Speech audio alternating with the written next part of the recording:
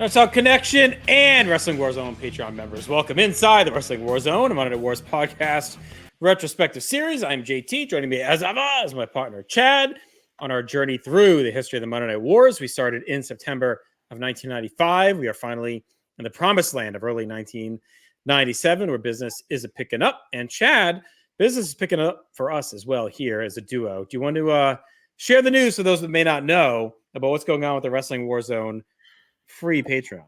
Yeah, so we started a Patreon. It's at patreon.com/the Wrestling Warzone.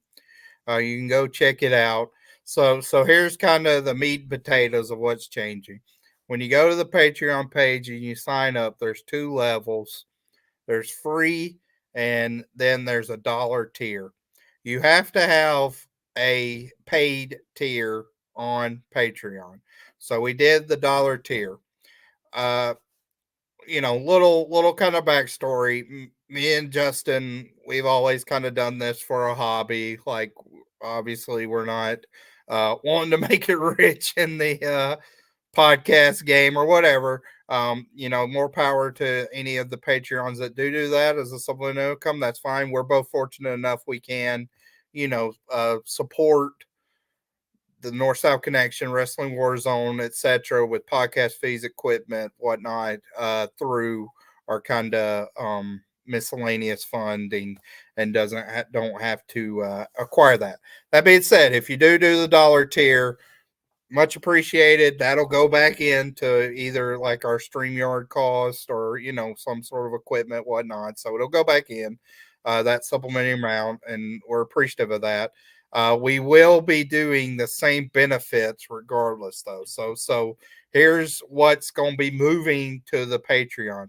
If you're listening to us on any podcast platform, audio wise, that's staying exactly the same. Shouldn't have any changes there. If you're used to watching us on YouTube, that will now be exclusive to the Wrestling Warzone Patreon, where we'll have the video feed of the podcast up on our Patreon. And then any kind of bonus content, mainly that I am doing.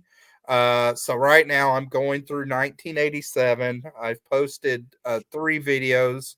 I've recorded a couple more. But I'm just trying to go through the year.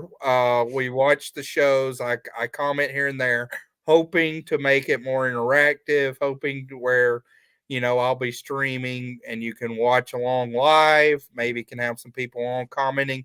Still working out the kinks, but I really enjoyed doing the shows so far, just myself. It's been fun. We're kind of utilizing the Patreon itself is sort of in lieu of like doing a Twitch channel or something like that. So those videos will also all be housed at Patreon, and then any other kind of miscellaneous content. We talked a lot about Disney on the podcast here and there. So me and Drew Wardlow may do a Disney podcast video every once in a while. That's been in the hopper. It's just kind of an outlet for me and then Justin as well to have some content exclusively with the Wrestling Warzone personality. So it'll either be me and Justin, and it won't clog up the other feeds, North South Connection feed, PTB feed, etc. Or the YouTube channel. So that was kind of the framework behind it, as another creative outlet that's exclusively for the Wrestling Warzone. Yeah, we talked too about doing bonus stuff for this, right? There may be a cool Yes. Saturday night match, or when he start, whatever, or like something different we want to cover as a one-off. We'll throw it up exclusively on there. There's also a chat feature. There's comment features, so we'll interact on there specifically if you have requests as well. And then we'll also be posting our StreamYard link exclusively on Patreon. So for anyone who's a member, if you're free on the night, we usually record this like every other Tuesday night or so. If you're around and you're free and you want to watch the live recording, you can, kind of an exclusive early drop type of thing. You can watch us as we record live. So that link will probably go up every time we're going to record. So if you're on the Patreon, it's the best way to stay connected. And we appreciate your support. Like Chad said, we're doing it more just to have a hub for our stuff and to have a way to message out and build the engagement in the community more than anything else. We have the dollars here because Patreon makes you do something to be able to use the benefits. So that was the cheapest they would allow us to do. So we just did it. Do not feel obligated in any way to do that. So that said, everything else will still be at North South Connection on the podcast feed. We'll have audio in May. That's revamping a little bit. We actually have some news coming up on that as well. And then on YouTube, will pretty much remain the same. Just the only thing that'll change is Wrestling Warzone will no longer be on the YouTube channel. It'll only be on the Patreon for a video feed. And then all the other stuff that we do, all the shorts and tier lists and other games and projects. Trivia, I've been doing a lot of trivia shorts on TikTok, YouTube shorts, 60 seconds or less with some trivia games. So check that out. A lot of different stuff cooking. Just try to always keep it moving, always keep it growing. And if you have any thoughts or feedback, definitely let us know. So as you can see, I'll flash it up again at the end of the show here. But patreon.com/Wrestling Warzone is the Patreon site. All right, let's dive into our action here tonight. We are on March 31st, 1997. So final episodes of March. We're a couple weeks out from WrestleMania. We're a couple weeks past WrestleMania, a couple weeks out from In Your House. And we are going to be at the go-home of Spring Stampede later in the show. But we're going to start off on Raw, the 331 Raw, like we mentioned. We get a recap of the incidents between Bret the Hitman Hart and Shawn Michaels that ended last week's show. Vince McMahon, Jerry the King Lawler, Jim Ross welcome us into the War Zone. They set up the night ahead. I forget to note where we are, Chad. Are we in Muncie or whatever this week? Oh, God. Where was it? Yeah, because it was they taped that the Tuesday after. It was Peoria, Illinois, I believe. That one was, or this one? This one. The one we Peoria. Yeah, Peoria, Illinois. Okay. So we're in Peoria Civic Center. We open up pretty hot here. Vince makes his dig right away. Bret Hart has flushed his legacy down the toilet. And we'll cover that as the night goes on. But we start hot with our European Championship match as the British Bulldog defends against Owen Hart, his tag team partner and tag team champions. This is a long-awaited war. We get clips of last week, what led to this. And, of course, we did see them fight in the European title finals. And we talked about the time that the match felt a little bit maybe overrated historically. It felt a little exhibition-y. Didn't really kind of have the heat and aggression in it. This match, as we'll get to, I found to be much more compelling for a couple of different reasons. So let's get into it. Bulldog's out. He's got the gold. Vince says this is Bulldog's first European title defense. Owen buries him on the baseball side as he gets to the ring. He hammers away on the floor. Vince has wondered since the European finals with this title split them, and it seems like it has. Owen rams Bulldog to the post. He yells the European Championship is his. He's locked in here. Back inside, Owen gets a springboard high cross body for 2. The bell finally rings. He's clubbing away. Bulldog comes back. Owen goes low. Ross reminds us that our champions here, Bulldog and Owen, will defend the tag team titles against Legion of Doom in Your House. So a lot going on with these guys. Owen keeps up the pressure, but he can't finish. He cranks a tight chin lock, wears down the champ as Bulldog's nose is bleeding. Bulldog fires up. He hammers back, runs into a knee lift. Owen gets back to work on the neck with some strikes and a vice. Bulldog breaks free and this time counters the knee lift and gets a roll up for 2. Bulldog eats a boot on a charge, gets a backslide for 2. Owen recovers with a drop kick for 2. Hits a pile driver as we go to a break. Owen controls through the ads and is hammering away when we return. Owen goes up, back to the chin lock. Bulldog breaks out. Owen fights him off. He goes up top. Bulldog blocks a missile drop kick and he hooks a sharpshooter. Owen breaks that quickly, gets an enziguri. Owen tries to load a superplex. Bulldog fights him off. He shoves him, but Owen lands at his feet. He knocks Bulldog to the floor. Owen meets him with a pescado. Bulldog catches him and spikes him on the railing. Back inside, Bulldog's all over Owen. He gets a slingshot for 2.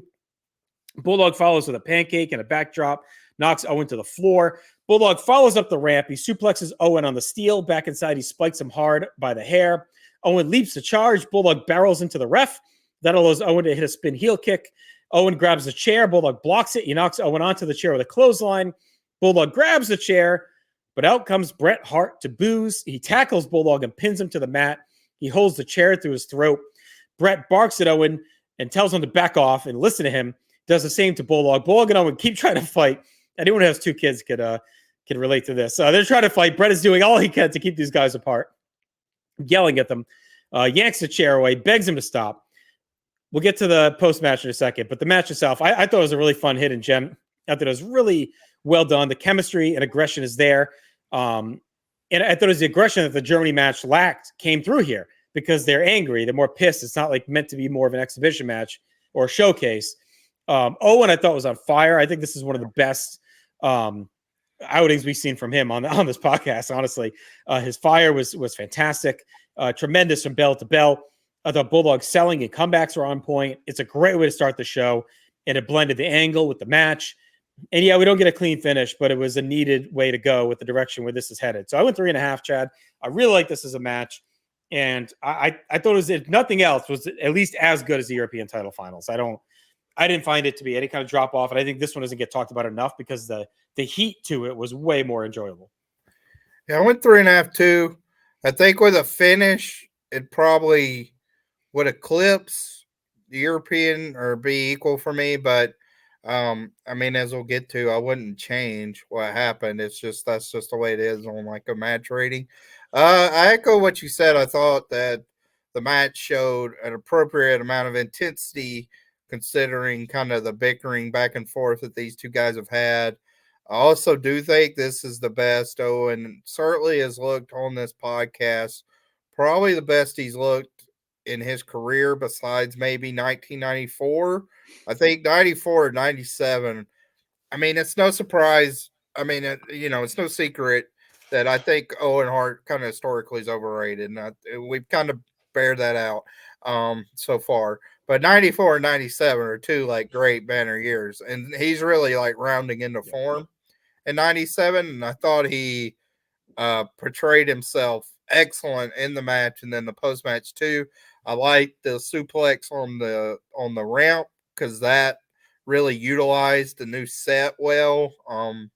It gives like a great sound when you hear them kind of suplex each other on the steel. Bringing in the chair felt organic. This was just a really well done match. This was another kind of difference. I mean, the character work is better for sure with Bret and Austin that we talked about, where like they're on a different level from what we've seen on the show. But that was one of the hampering problems with 96 Raw is we had matches like this on paper that just didn't deliver or were slightly disappointing. And the European title match, even though we don't necessarily rank it as high as some do historically, we still ranked it very well. And this is another rematch that's a hidden gem. And there just was not a lot of hidden gems on Raw.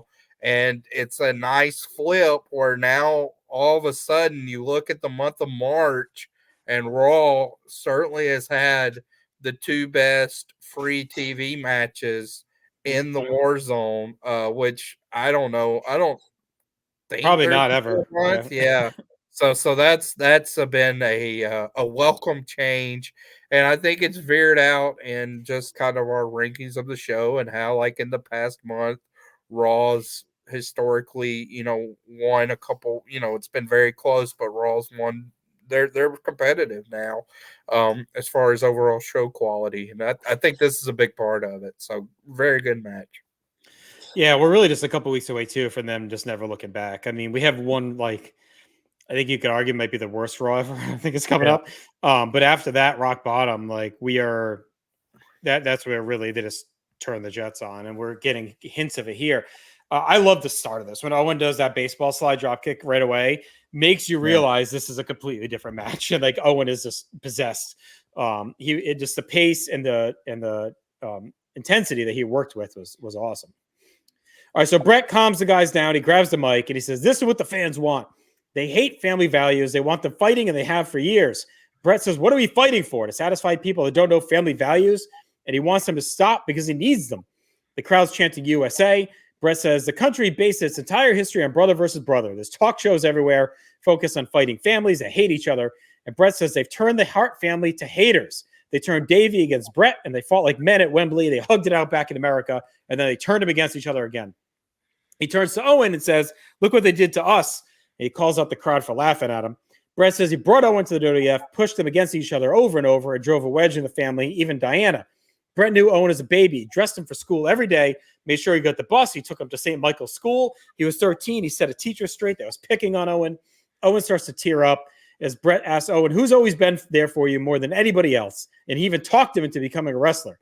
They're the only two people in the family that ever excelled at wrestling. What a great fucking dig at like Bruce and everyone else.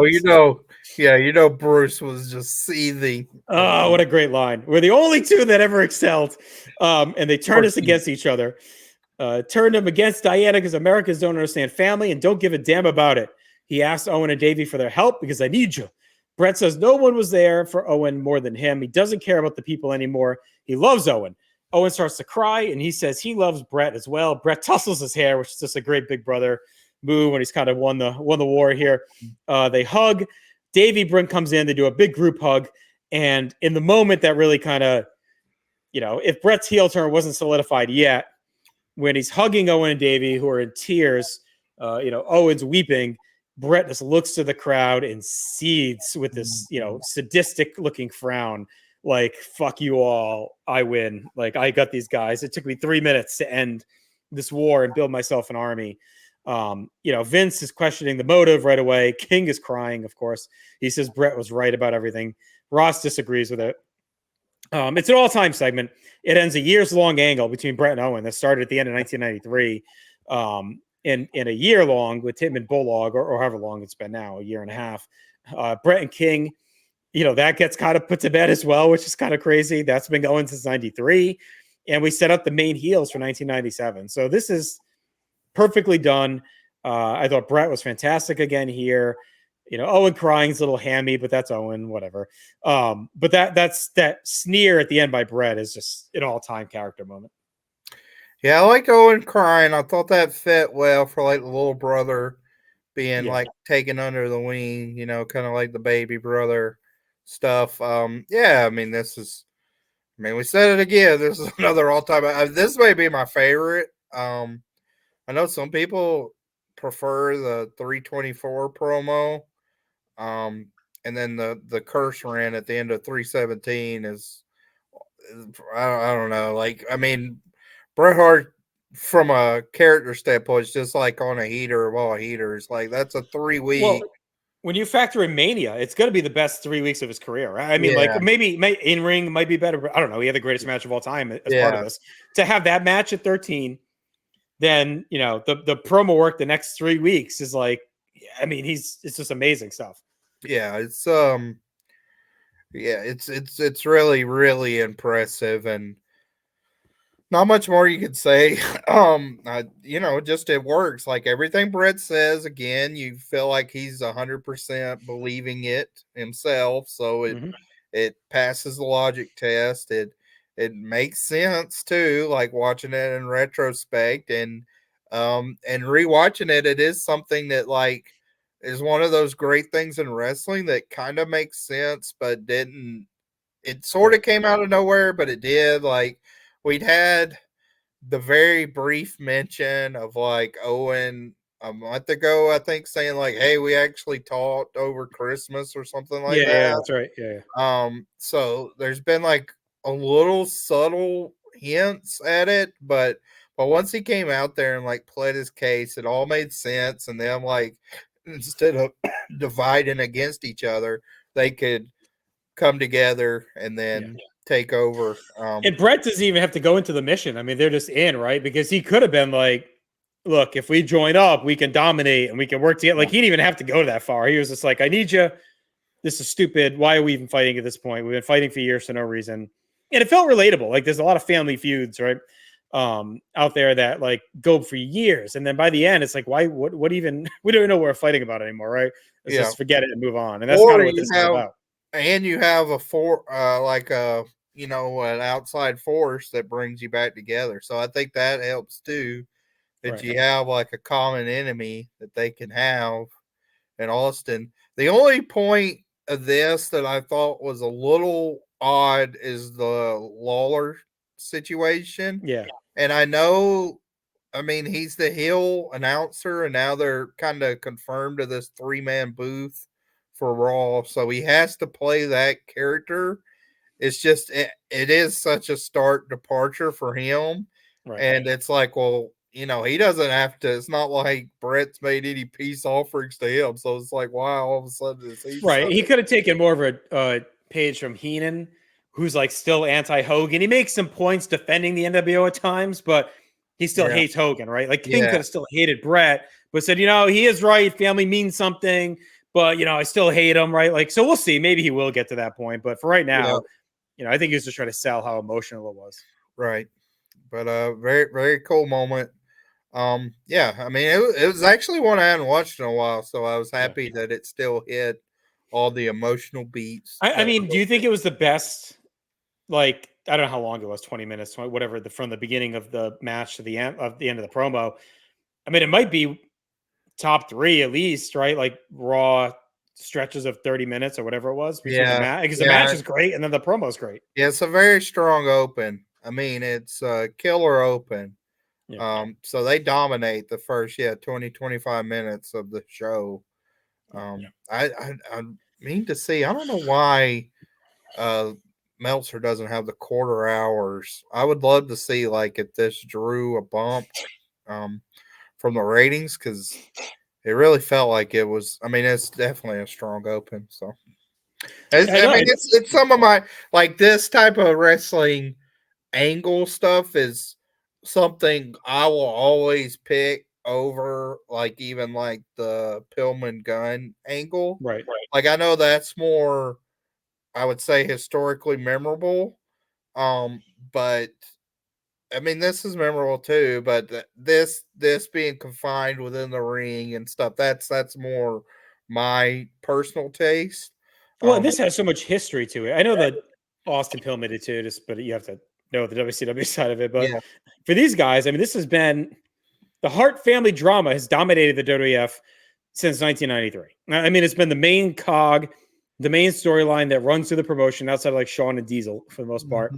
Really, since Survivor Series 93, it's been this. It even maybe SummerSlam with Doink and all that shit, or like Bret kind of with Stu. Like, so it's really been, or fuck, you could take it back to Rumble 93 if you want, when Razor Ramon attacks Owen. I mean, for the most part, the Hearts have dominated the last 4 years of WWF television. So this has so much history in it that really comes forth, and they do a good job. I mean, they nailed it. It's tremendous stuff. You watch this and you're like, okay, this is, we're on to something. And this new live 2-hour major arena format allows them to play a little bit more throughout the show. Like, instead of the old Raw setup that was so pre-recorded and canned and set up, it was very formulaic. You'd see maybe a guy once a night and that's it. Then he's gone. You got to wait till maybe next week or 2 weeks later to tell the story. Now we're rolling all night. Like, we're seeing Bret 5 times a night, and because he's red hot, they can take advantage of it week to week instead of saying, "Oh, this guy got hot, but we already taped the next fucking 4 weeks of TV, so it doesn't really matter." Yeah, that's the main difference. Like, taping 4 Raws in one location, because like you have this that was on a tape show, so I'm sure like the hotlines were abuzz that weekend, like spoiling this. But from a live crowd perspective, the building, it really resonates, because I mean, it's not, even if this would have came, like if they taped 2 Raws in the same night, like this would have probably faltered, because you just would have had a live Raw. And then just having it contained to that 2 hours, even if it's live to tape by 6 days, it's still its own entity on one night, and they can react week to week now. They can, something's hot, Bret got over, fuck it, let's put him out all night. Like that, like that's what happened that night after Mania, right? Like Bulldog and Owen are over the freaking show. So it's like, as soon as something's hot and they can ride it, they don't have to wait the month anymore. So it's a good deal. Kind of falters. We'll get to it. Like, Meltzer talked about how like it was supposed to be Vader versus Taker in the main event at the pay-per-view, and because of Taker's knee having to be drained, they can that.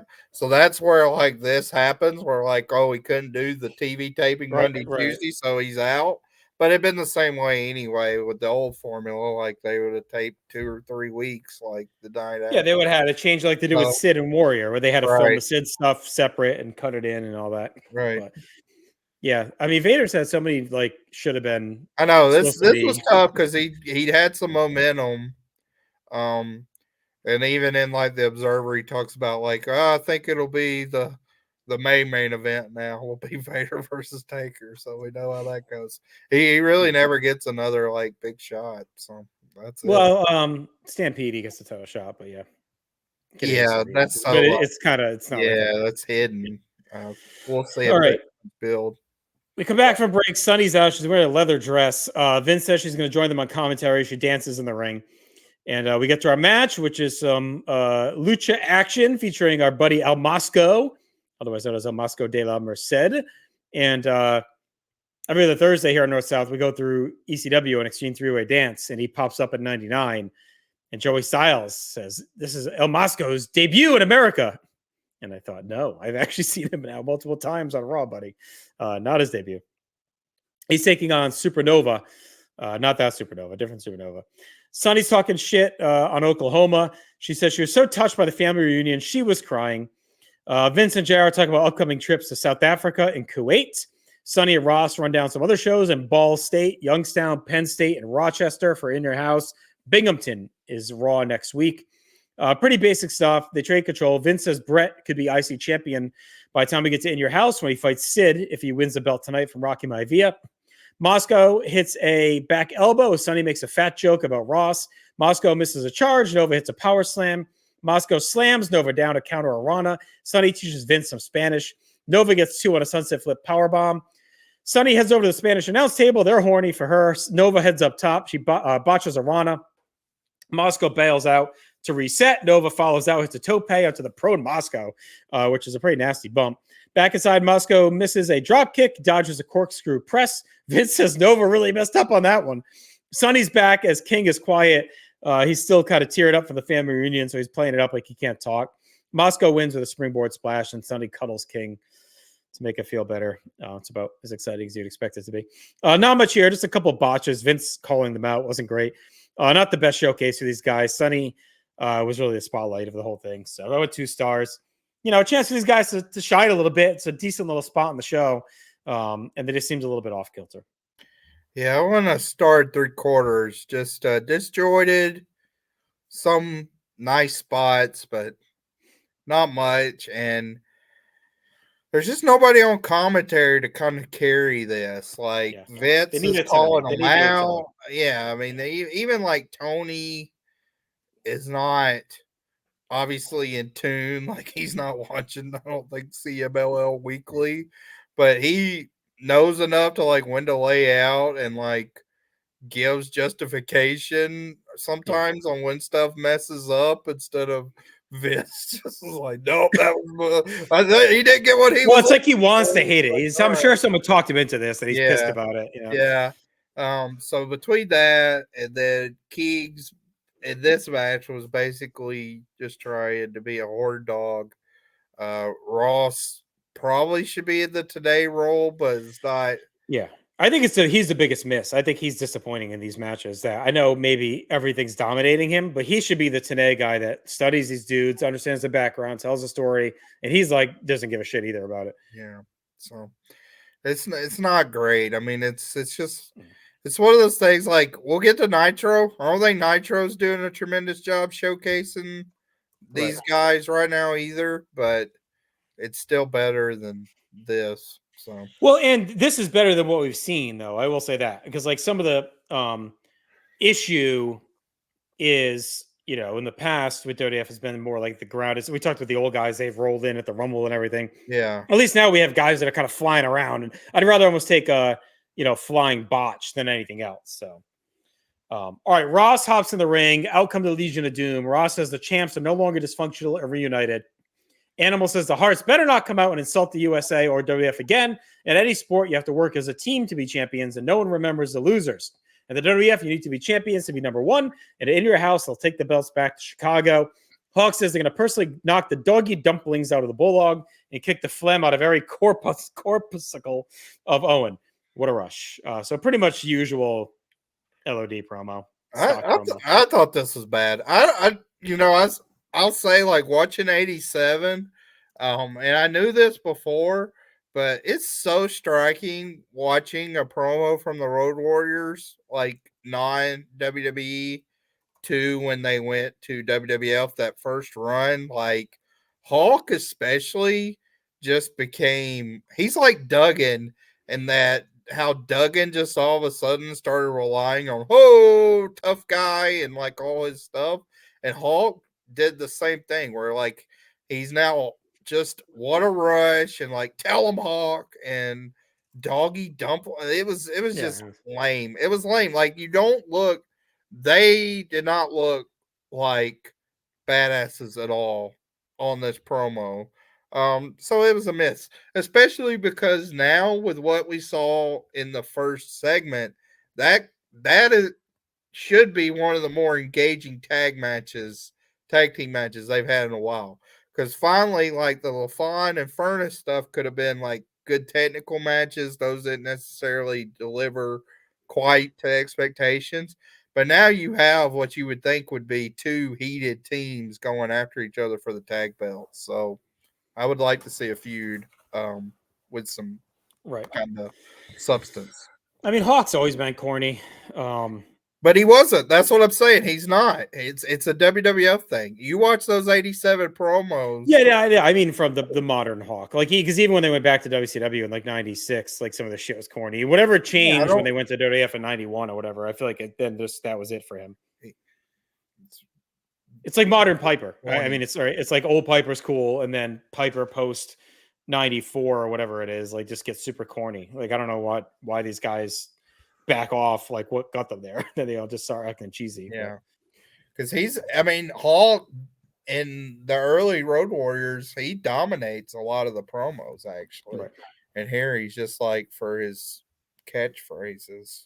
So stinks. Well, we carry on as your other buddy, the Honky Tonk Man, is out. Ross is chastising Bret for his treatment of the fans, all the kids that come to the events in the Hitman gear. Vince calls Honky's guitar a fine piece of machinery. Honky's all fired up. He's singing, he's dancing. Brings us to our next match, which is our good buddy, Jesse James, taking on Jerry Fox. So, I don't know. We're going back to some enhancement stuff here with the 2-hour Raws. We'll see. Not a bad move. If so, I don't hate it.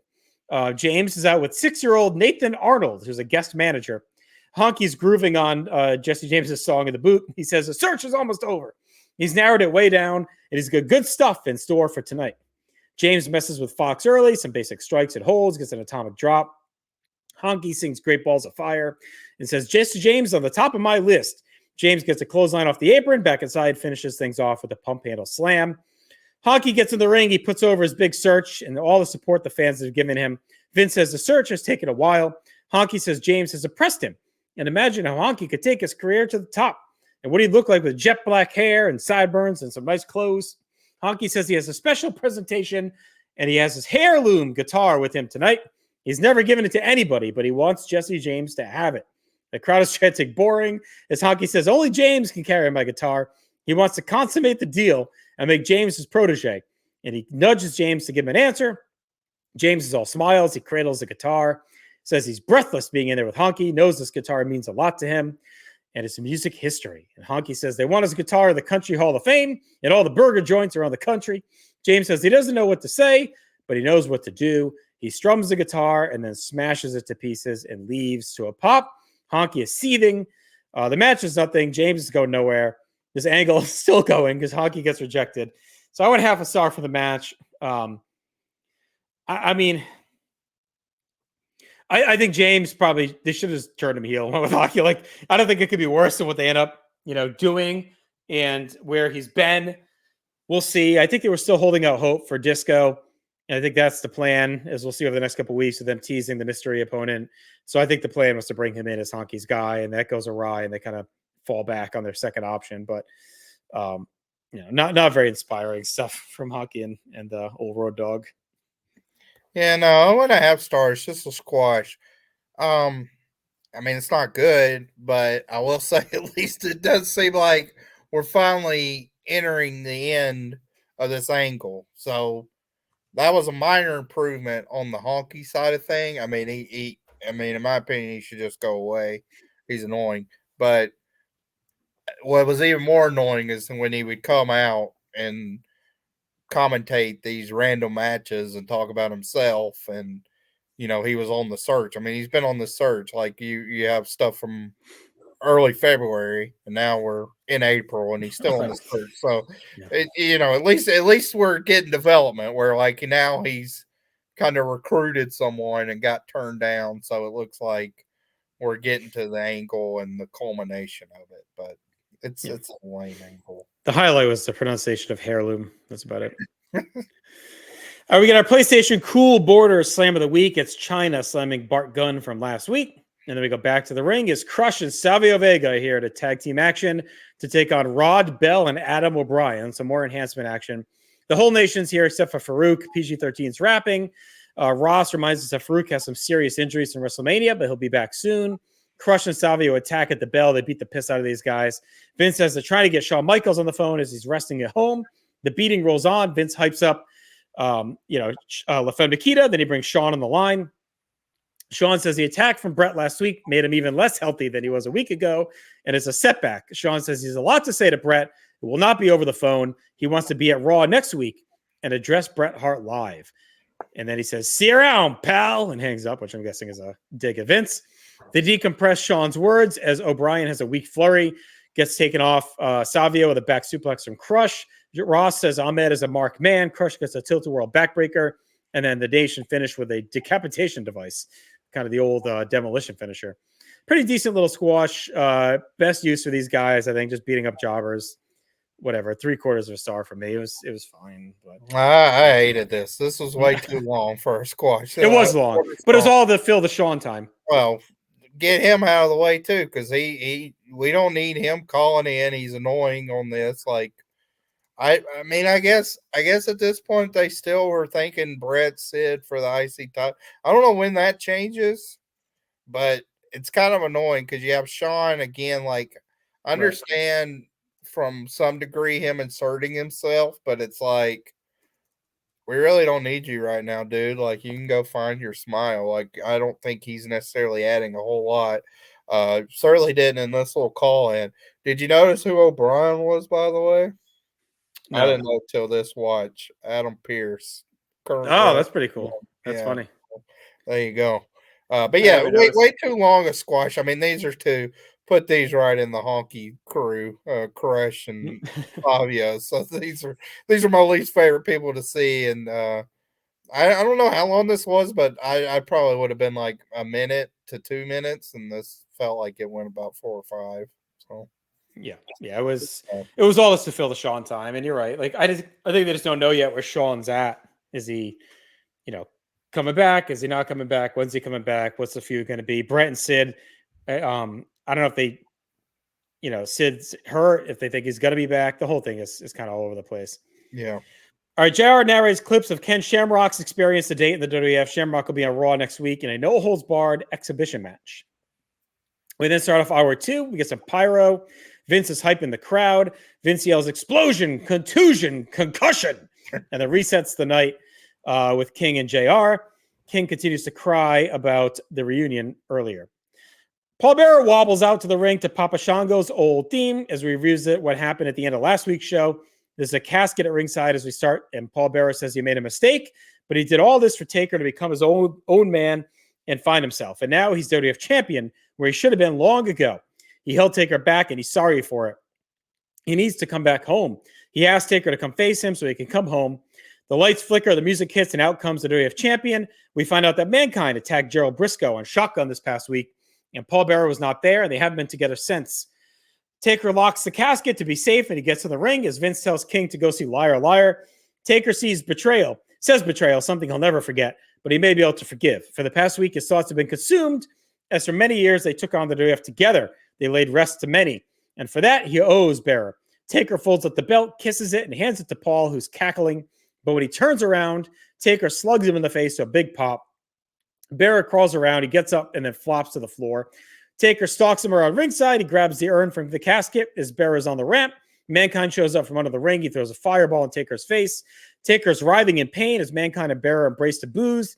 Out comes Sid, chases Mankind away. Taker's stumbling around. He swipes at a ref and falls over the railing into the fans until officials are corralling him and helping him to the back. So this is fine. I like Bearer flopping around. We had a little extra heat in your house. This is a couple week, fake drama between Bearer and Mankind just to bait Taker in. and setting him up with the fireball stuff. Sid is still kind of in the mix here as well. They kind of do the frenemy thing with him and Taker. So it was, we're having this match in your house, and I appreciate them adding to the storyline. Yeah, they definitely kind of, I don't know, like they catapulted trying to add some juice to this with the fireball, which looked good. I do like fireballs in wrestling. One thing that I was a little less impressed on though is, on one hand, I understand that like if you just saw one big reunion early in the show, you might think Undertaker and Bear will get back together, but it to me it kind of diluted it. It's like, all right, we just had like this long standing Hart Foundation reunion. It's like now Bear and Taker are gonna get back together too. It's like, is this a complete hard reset, or Right. I don't know. It felt too much of the same beats Yeah. for me. So overall, I mean, I appreciated the fireball and stuff like that. I kind of would have liked to get to that besides the tease of Taker and Bear reuniting. Because I thought the brawl and stuff was fine. Sid chasing away Mankind feels weird. It doesn't feel like he kind of fits in well anywhere right now. So he's a little lost in the shuffle. Well, we'll see. All right, we take a break. We get a recap of what we just saw. Sid is backstage, sends a message to Mankind. He says he knows what to do with fire. And if you mess with Taker, it's his mistake, just like Bret made his mistake and messed with him as well. At WrestleMania, Taker was the better man, and Taker will always be a better man than Mankind, who will burn in hell for playing with fire. Here we go. All right, brings us back to the ring as our favorite feud continues on as Goldust takes on Hunter Hearst Helmsley.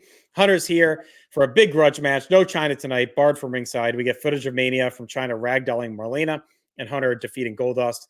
Goldust sprints to the ring solo, pounds away Hunter at the bell, and loads a flurry. He's not backing down. Goldust throws Hunter hard to the corner. He flies to the floor, follows, hits a clothesline. He keeps pouring it on. Hunter dodges a charge. Goldust hits the deck and flies outside. King talks about his tough weekend and how his friend Barry Manilow is being sued because his concert was too loud. And Barry called him this morning to talk about it. And his buddy John Daly checked into Betty Ford, and the Easter Bunny left him with nothing yesterday for Easter. Hunter knocks Goldust to the ramp. He heads back inside, keeps control at the high knee. Hunter stomps away as King talks about Heaven's Gate. Ross says, why don't you just leave the United States? Hunter hits a suplex and a knee to the head. King's really ramping up the defense of Bret now. He rips the ass. Quite the turn here. Hunter hooks a side headlock. He punches Goldust. Goldust comes back with a cross body block for 2. Hunter comes back with a DDT. Goldust hits some hard punches and an atomic drop. Hunter knocks him to the floor, follows with an axe hand off the middle rope. Out comes China to the ramp. We take a break. We return. Goldust is hammering away in the corner. China stalks down and goes to ringside. Goldust hits the curtain call and trying to get to the ring and whacks Goldust with some hard kicks to the ribs. China follows with a spin kick. Officials pour in. Hunter's fighting with Pat Patterson, who actually lands some big punches and chokes. China breaks free and throws all the referees out of the ring. She hits Pat from behind. Been a busy couple weeks for Pat. Hunter and China kick the shit out of Patterson until Goldust comes in and cleans house and then stares down China, who doesn't back down. So this is pretty on brand with the usual stuff. Some hard-hitting action, slow and long, slow paced after the hot start. The feud has some potential, but everything in the ring has just not been good. It's not clicking at all. I do like all the other shit. Like China has been great, and her cleaning house and attacking everyone's awesome. But everything else is too sluggish. 2.5 for me. Again, China continues to be the best part of both the Hunter act and the feud. Yeah, 2.25. I don't know why all these matches are the same way, and I'm beyond over it. Like they trick me every time. They start out so fast and furious, and I think we're gonna get like an intense brawl, which Dustin can excel at. You saw like with his stuff with Bunkhouse Buck, he can do that. But for some reason, they always slow it down and then do more like story stuff, and then have some like convoluted schmaz at the end that just fizzles. I don't know. I'm so done with this feud for sure. The Observer is very funny talking about Patterson get physically involved, where like Dave seems to think it's like a one-off thing, which is hilarious in retrospect of what happens with him. But Yeah, it's just this is a feud that's got to go. Like it's way too drawn out at this point, and we're just not seeing progression from storyline or in ring to make me be invested. I'm so like both now have go away heat with me. Yeah, So. China's the best part of it, and beyond that, there's not much Easily. else. Yeah. And we talked about it though, like Marlena just can't match up to her, so it's like, well, Right. what do you do with her? Like she's too imposing.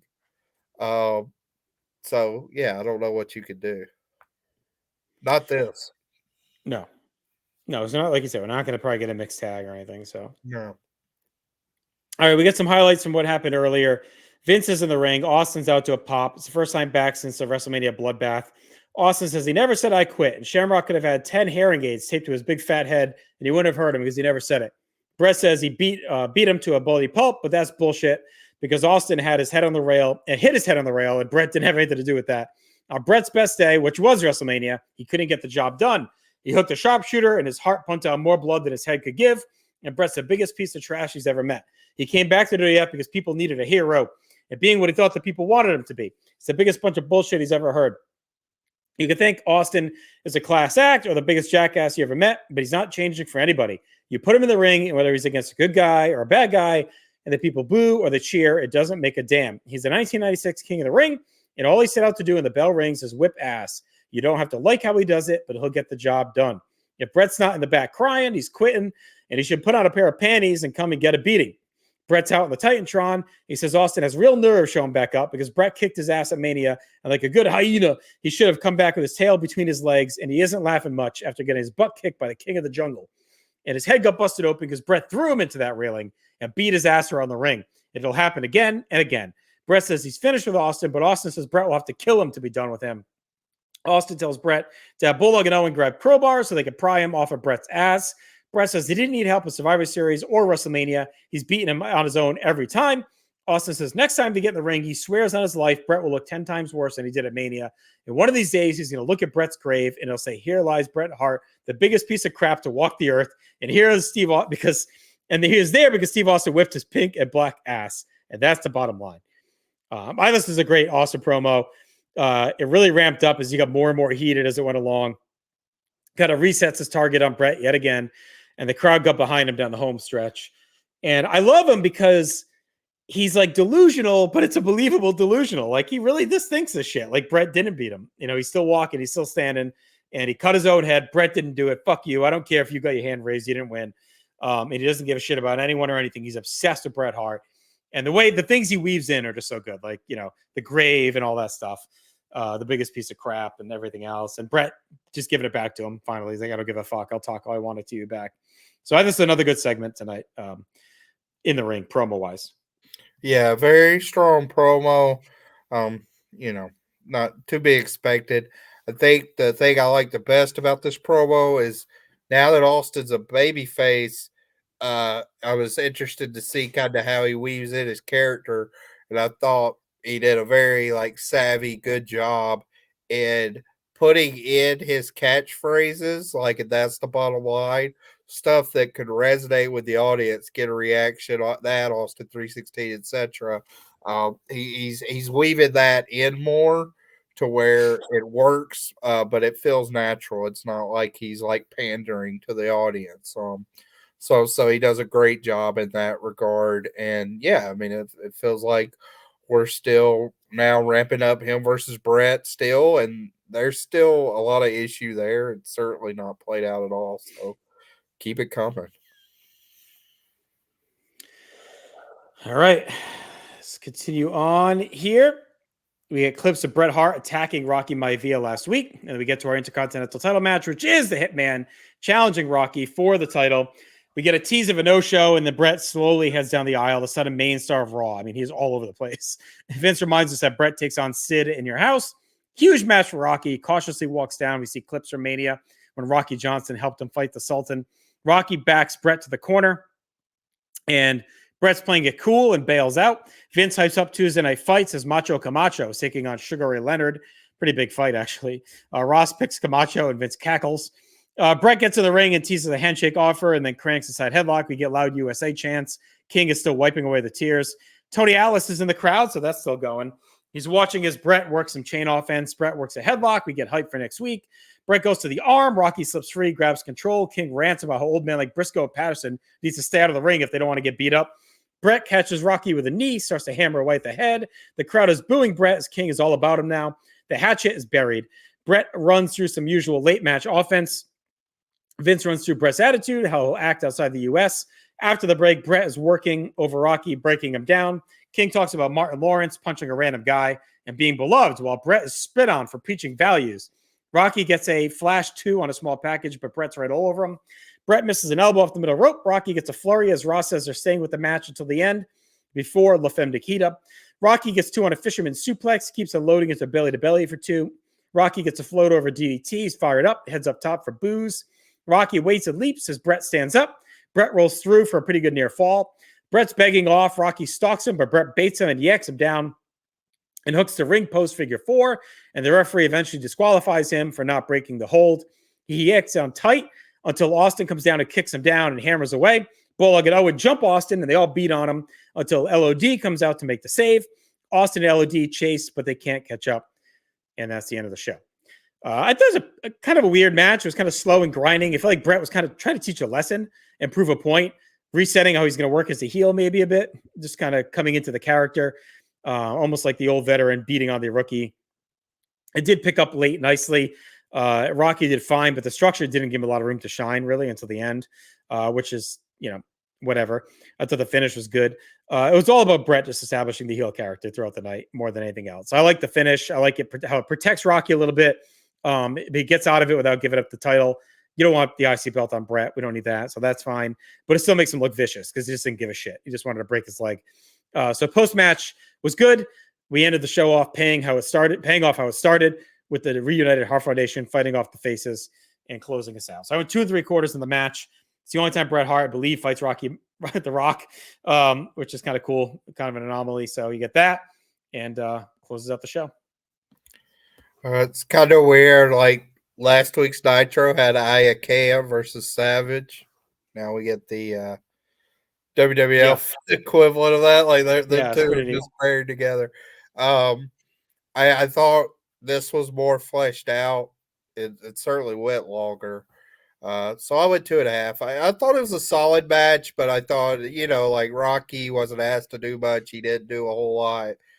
Still, now it's starting to get, I would say, a little concerning, his reactions, because I would say this is 3 neutral to negative reactions. Like, I know, like, in this situation, the heat was definitely more about Bret, and then with the stuff at the finish, it wasn't about him really at all. But he just didn't have much of a reaction either way, like positive or negative with this crowd. So that's a bit concerning. The final stuff was good, and overall, I mean, it's kind of the same story I keep saying for all these Raws. Like the pieces are there. There's still some stuff that drags a little bit. So the shows, while I think they're overall successful, they certainly have some highs. They still haven't put together that kind of start to finish great show for me. Mm-hmm.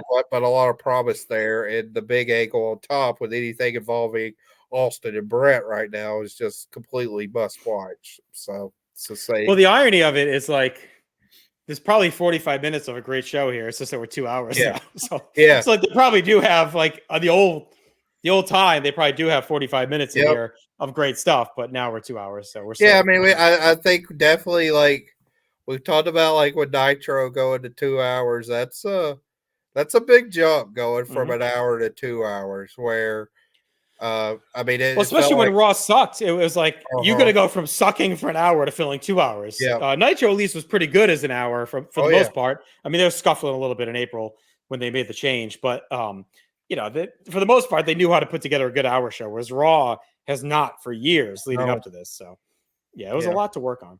All right, let's get to our awards real quick for Raw, and then we'll get to Nitro. Match of the night, I think was pretty easily Bret and Owen. I mean, Bulldog and Owen. Bulldog and Owen. Yep. Moments, the Hart Foundation reuniting. Yep. MVP, Bret Hart. Yeah, I think this is close between Bret and Owen, but I think with everything after the first Yeah. promo, I went Bret. But I Yeah, mean, it's close. when you add in Austin, that promo, and then the Rocky match and the attack and all that. Yeah. All right, debuts. All we had was O'Brien and Bell. We've actually had Jerry Fox before. Yeah, he Back in was the day. on another skip and zip tag. Yeah, so there you go. No shots fired. Pretty quiet on that regard, unless you count the Sayuke Rocky peppering, but I wouldn't call that. So I was 7 out of 10. I mean, it was a good Raw. Like we had just the Brett stuff alone is iconic. Plus the Austin promo, Taker and Paul Bearer was pretty good. We were lacking in ring outside of the big match, but that match carried a lot of the weight. And the Brett Rocky match was fine too when you factor in everything that came with it. Yeah, I think I don't know. I go back and forth on these. I'll go 6.5. I think it's definitely a good show. It's just there's some moments there with the nation, with this Hunter Golda stuff, and I'm still not sold on the world title feud. So there's enough kind of flaws that prevent it a little bit. But I mean, yeah, like the best stuff's really great. So 6.5. All right, we can head on over to Nitro. This is the March 31st edition from Roanoke, Virginia. We start with the replay of Savage giving the elbow drop to Page from the week before. They do the new opening, as we talked about, with Hogan removed as a baby face. Finally. Then we get the pyro goes off, big crowd reaction. Tony, I think, is really hyped up as he's from near here, so it's kind of like a little bit of a homecoming for Tony. And then we go to the back and we see the NWO arriving, and what a crew we have this week! As it's Nash, Six, Savage, Elizabeth, Norton, and Wall Street. That's it. So I wrote a pretty light crew this week, and even on announcing, they talk about that. They ask where Hogan, Bischoff, Hall are at.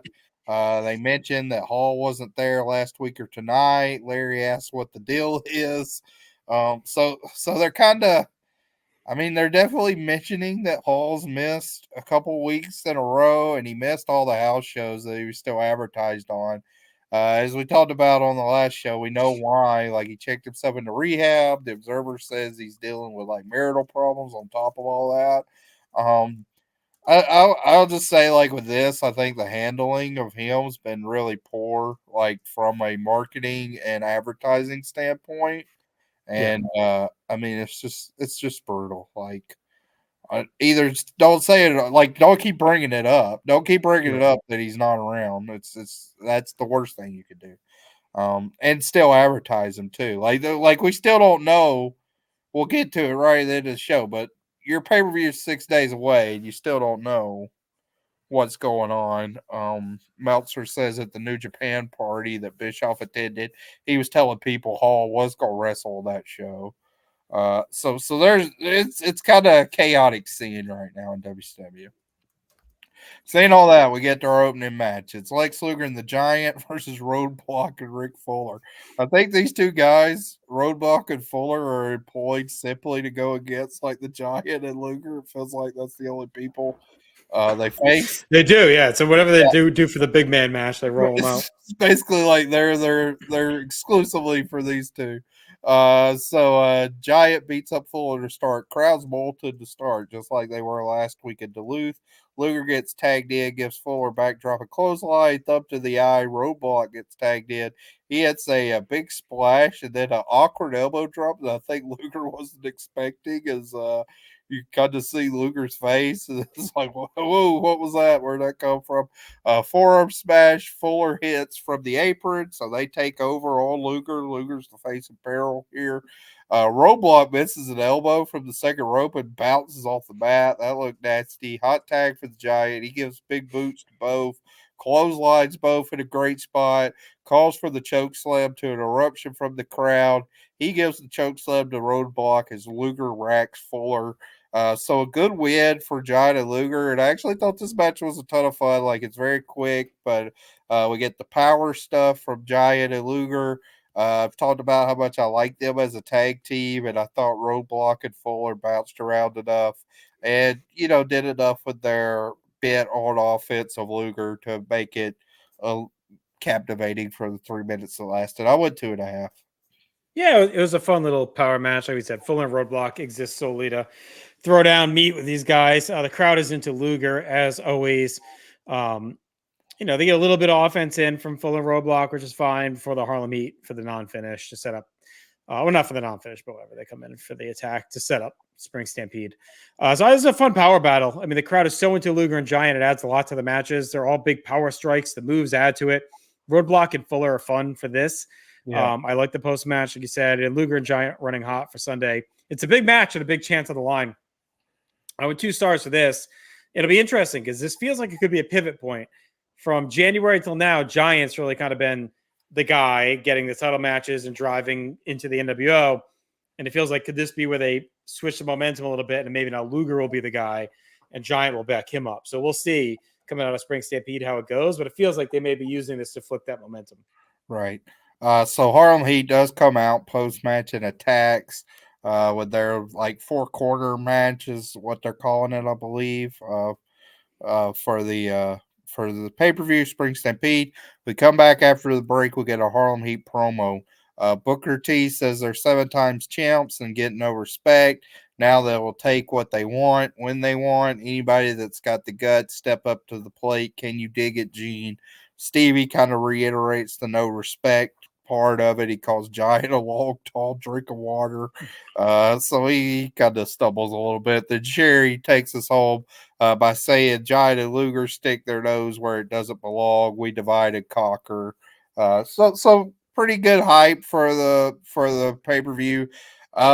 I mean, it's like I said, we're 6 days out from a pay-per-view. It's been a weird pay-per-view where you have this match, you have whatever's happening with the tag title match, and then you have Page versus Savage.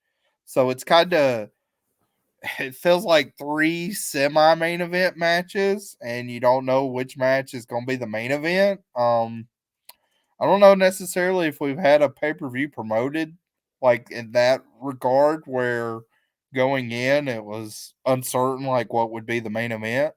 I'm not so unsure if Hall wasn't healthy. I think that would have been the main event actually of the show, but I mean, I thought this was fine. It was good to see Booker T get to talk a little bit here. He showed some decent charisma. Yeah, and I like the slant they take with the, we've been disrespected since the start. We've won 7-time tag team champions, and no one ever, we just looked at it as, the tag team guys, and this is finally their chance to prove they could be more than that and get in the world title picture. So, I mean, it's time to kind of shit or get off the pot with them too. The tag division is kind of in a weird spot. The Steiners are kind of ahead of it. Not ahead of it, but whatever, on a different level. Luger and Giant are on a different level. The Outsiders are on a different level. And then you kind of have the French Canadians, Public Enemy. I mean, Nasty Boys are pretty done. But you get the other team, Faces of Fear, are kind of a line below them. And then Harlem Heat are kind of they're too good for that group in a way, or at least not in the construct of what the tag division is. They're kind of above that. They're not quite at the level of the Steiners and Harlem Heat. I mean, Steiners and Outsiders. So they're kind of in a weird spot. So I'm all for them trying to elevate them up to that main event tag team level. Tanae's out for the next match. It's the women's cruiserweight title. So another belt, which is unneeded. I will say it's Miko Satomura versus Toshi Uematsu. If you ever want to read a Caddy Dave Meltzer review of a show, you should read this Nitro. I don't think this was a good show, but he is brutal reviewing the show and acts like it's the worst show of all time. And it's just hilarious. And in retrospect in 2024, how lenient he is on some of the workers, like a Maxine. I mean, Miko Satomura was still very young here. She's probably 23. But she'd had great matches in 95 and 96 at Gaia. And in his review, he's like, I don't know why they're partnering with Gaia. What's the deal? I mean, he sounds like a complete idiot because 97 is actually the year where Gaia overtakes All Japan Women, I'd say, as the premier Joshi promotion. in Japan. So and then as we get to the next women's match, the Debbie Combs Akira Kudo match, he's like, do we really need 2 women's matches on one show? So you know, I mean, that's the one thing I'll give them credit. They're trying at least. yeah. I mean, they don't Stephen Graham give a lot of time, but I know. But at least WCW is trying like to build a real women's division, because we even had one. I mean, even with Alundra, all she ever had was like Bull and then Bertha and nothing in between. It was like there was no division. They're at least trying to build something here with the tournaments. It's just wild, like, to hear Dave in 2024 review like the NXT women's division, backseat some of these people, and the leniency he gives them compared to how he ranked over Miko and Toshi here. So saying all that, like, I don't know. We get some interesting theme music, I think, for these two, not our traditional Japanese theme. Yeah, I've been a little disappointed. I thought we'd be hearing it a ton. Yeah, they kind of put that one on the fritz. I thought this was the night for it, because you had 3 opportunities and we didn't get it for all 3. Today lets us know it's a 130-pound weight limit for the cruiserweight title. Very quick back and forth match. Umatsu starts with a drop kick. Miko comes back, eats boots coming off the top. Larry's bad on commentary for this match. He has to be told what their names are multiple times. He kind of like old school Jesse with like the jumping bomb angels. Yeah, kind of stuff. He keeps referring to them by their singlet color. Umatsu comes back, wins with a gorgeous splash. So really too short to be anything for a match. I thought what they did looked fine. 2 stars here. I'll just say this is the only time we see Satomura. I mean, she, I think with her NXT stuff, she's actually gotten more notoriety in the NXT UK stuff from US fans. But I mean, one of the great workers of all time, actually. And one of the more hilarious moments, if you go through 97 worldwide, is Toshi Umatsu and Yoshiko Tamura in July 1997 have, at one point I may have ranked it around 5 stars. It's like a 4 3/4 5-star match in Gaia for the WCW Women's Cruiserweight title. So it's like such a random bout that they have this amazing match over. But it's crazy too that they're creating this title. It's like they haven't even put much into the main women's regular. Yeah, that's why I went start and 3/4. I mean, like you said, they didn't get a lot of time. I like the start, I like the finish. They didn't give time for a story to be told. We didn't get any build or history of this tournament. It's just kind of here. So I like that they're trying it. I just wish we had a little bit more to it. But more than it's a cool footnote that, Miko was on Nitro in a random match. Yeah, right. Back from break, straight to our next match. Psychosis versus Viano 4. Tanae's still out with them. Matt Wrestling to start here. Things up and up with 4 going to the outside, and then Psychosis hits an amazing corkscrew moonsault. Larry says it's not a flying saucer, it's Psychosis. Viano 4 catches Psychosis in a spear as he comes off from the top, and then he almost hits like a code red as we hear from Tony that something's going on to the backstage. So we go to the back. We see the NWO are bickering with each other. Wall Street, of all people, says someone needs to take charge. Nash says, are you with us or them? Norton says, let's take care of business. Nash says, thank you. I appreciate that sentiment. Wall Street says, who needs this, and walks away. Very random, I would say, segment here where now all of a sudden there's dissension among the ranks.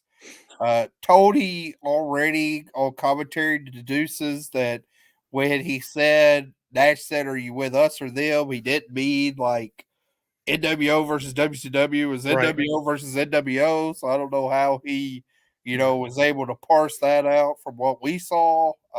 It's interesting. Well, then there always those rumors abound, right? So maybe they're hearing chatter, but it's interesting. They're already kind of thinking of maybe doing like factions within the NWO. I mean, it doesn't really come to fruition for a little while, but it's interesting to me that this is already kind of on the radar this early on.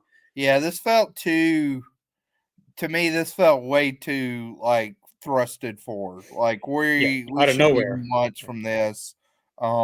But it feels like it could be a fake out too. Like it feels, or like we just saw on Raw, right? With Paul Bearer and Undertaker. Like it could be them baiting WCW in.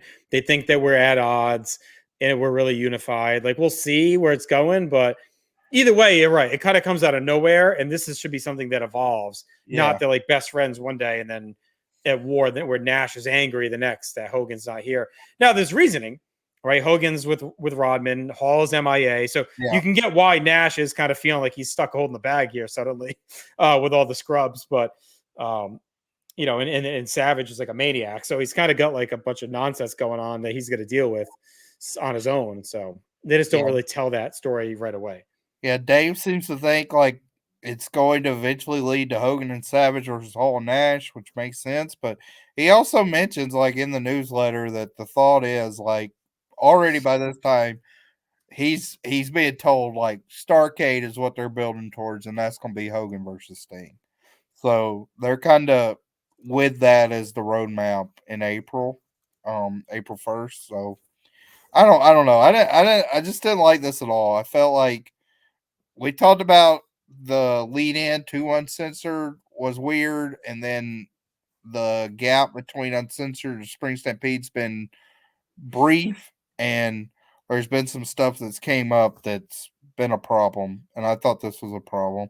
Back to the match, super kick from Psychosis. The heat's kind of evaporating the building as you've had, just two matches in a row with guys they just don't know. I mean, like Yeah, Psychosis or a bit, right, but or being presented as much as something they would care yeah, about. yes. Psychosis wins with his guillotine leg drop, 2.25. I mean, I liked it for what it was, but it was quick. Yeah, 2.25 for me. It's all just NWO stuff all throughout this match. A couple of big spots, but again, just a backdrop. Larry name drops the Hail Bop comment, which is we get a lot of timeliness. King was all over the card events on Raw. We get the Hail Bop name drop from Larry here. So a lot of card events in this week in March '97 for you if you're playing I Trivial don't, Pursuit. I don't know if I've ever seen a comet like actually going. No, I don't think I have Sometimes either. you see a shooting star, but Yeah. like I don't know when was the last time Haley's comet even happened. I don't know. No, we saw an eclipse at least That's recently. what six say. I'm on the Eclipse front, but yeah, this comment, I don't know. Big Flair promo with Gene. Big reaction for Nature Boy, Mean Gene. So he's definitely doing that now. He mentions Piper, and the bagpipes start up, and Piper comes out, which I thought was a little bit of a surprise that he's here. He's got his icon shirt now. Piper says Flair's been fibbing and he wants to set the record straight. There's no truth that his girlfriends call his waterbed the Dead Sea, which gets a big laugh from Flair and Gene to that. Gene asks Flair, he says, "Hey, that's documented from a man that should know." I don't know what that means. Like, Yeah, it was kind of hard to hear some more Gene's retort, but yeah. yeah. Flair says before this escalates, he's glad he could drive his RV off his mountain to the airport and humble his Hollywood ass to join us tonight. He could have been at the Oscars, but he came to Roanoke to be with the I like Nature to act Boy. like Piper is like, Sly Stallone or something. Like he's this major movie star. Like you could have been at the Oscars. Yeah, okay. Roddy Piper at the Oscars. Hasn't been in a movie in how many years? It's like Eh, it's weird. I did like the Hollywood ass line. Flair says he told everyone that Piper was the man, but it's hard to keep telling him that with how he's been acting. His claim to fame will never be the best wrestler alive, but he wants and needs the man that made Hogan go to sleep twice. Flair doesn't want to go to sleep. He wants to go out with Piper tonight. He wants the fastest gun in the West. Skip checking your guns when you walk into WCW. Flair then struts around. Piper says he's known Flair for 20 years and fought him. He knows every move he's going to make, and he's the 13th time world champion. Piper has an idea and says, let's stand side by side and take the whole 9 yards on. So the bagpipes flare up. Flair says, stop the music. He will stand by his side forever. If you come here, honey, a girl comes in with an icon shirt and Piper hugs her. She says she loves the hot rod and they dance and exit together. So, I mean, I guess the gist of this is we have a union forming between Piper and Flair for the time being. Um, Still a little weird how we're getting there. I mean, like the personalities of them two is so good enough that I guess it's entertaining, like to Right. watch. But it's like I still don't know why Flair wants Piper to be like this Playboy Lothario, make himself feel better, I guess. like adulterer. I don't. Yeah, he's trying to corrupt him, I guess. Like he is. It's odd. It's definitely an odd approach for sure. Yes. Like that's his recruitment. Was that Piper's wife? I don't know.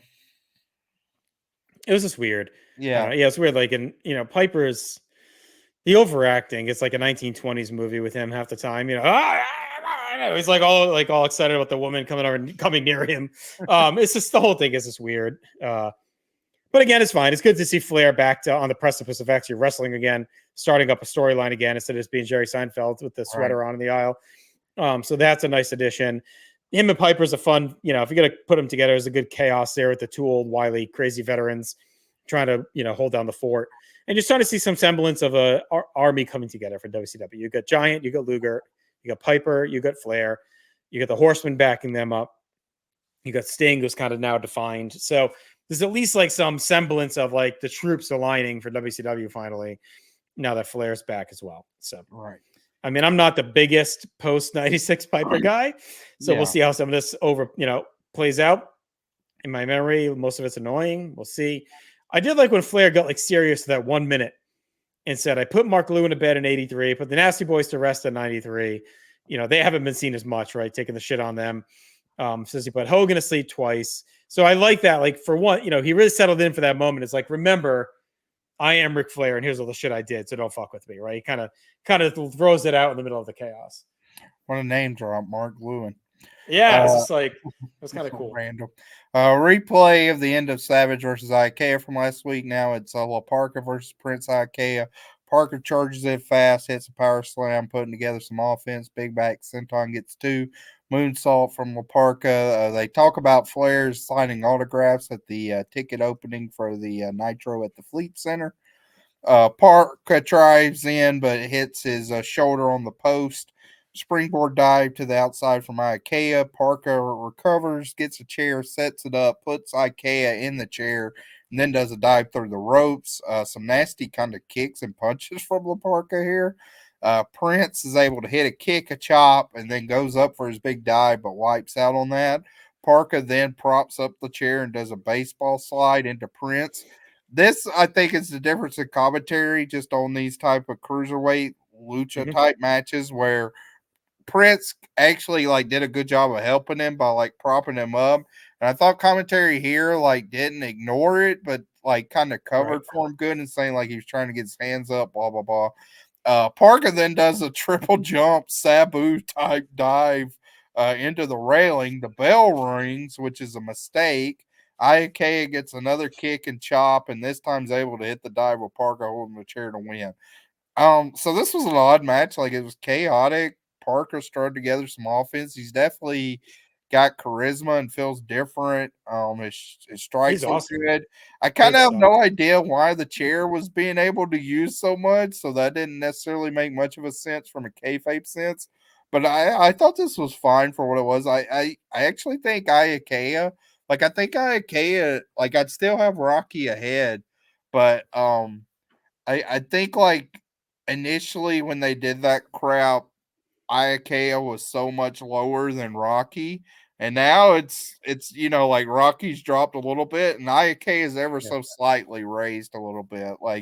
He still should be the TV champion, but the last couple of weeks he's went from being a bad negative on the show and terrible to being okay, replacement level or a worn body that's fine. Yeah, if he wasn't doing this as champion and doing the same stuff as just a guy in the mid card, I don't think it would be nearly as annoying. It's just the amount of TV time and pay-per-view time he's gotten, and that he's wasted pay-per-view matches against guys. I would say the pay-per-view is the most egregious. If you look at his pay-per-view run, it's well, yeah, I mean, it's he's wasting Rey Mysterio pay-per-view matches and Rey's early prime. It's these terrible fucking matches. It's that's to me where the big issue is, less so than anything he's got going on TV here and there. So, but he's been okay the last couple weeks, and like you said, Rocky's been kind of going the other way a little bit.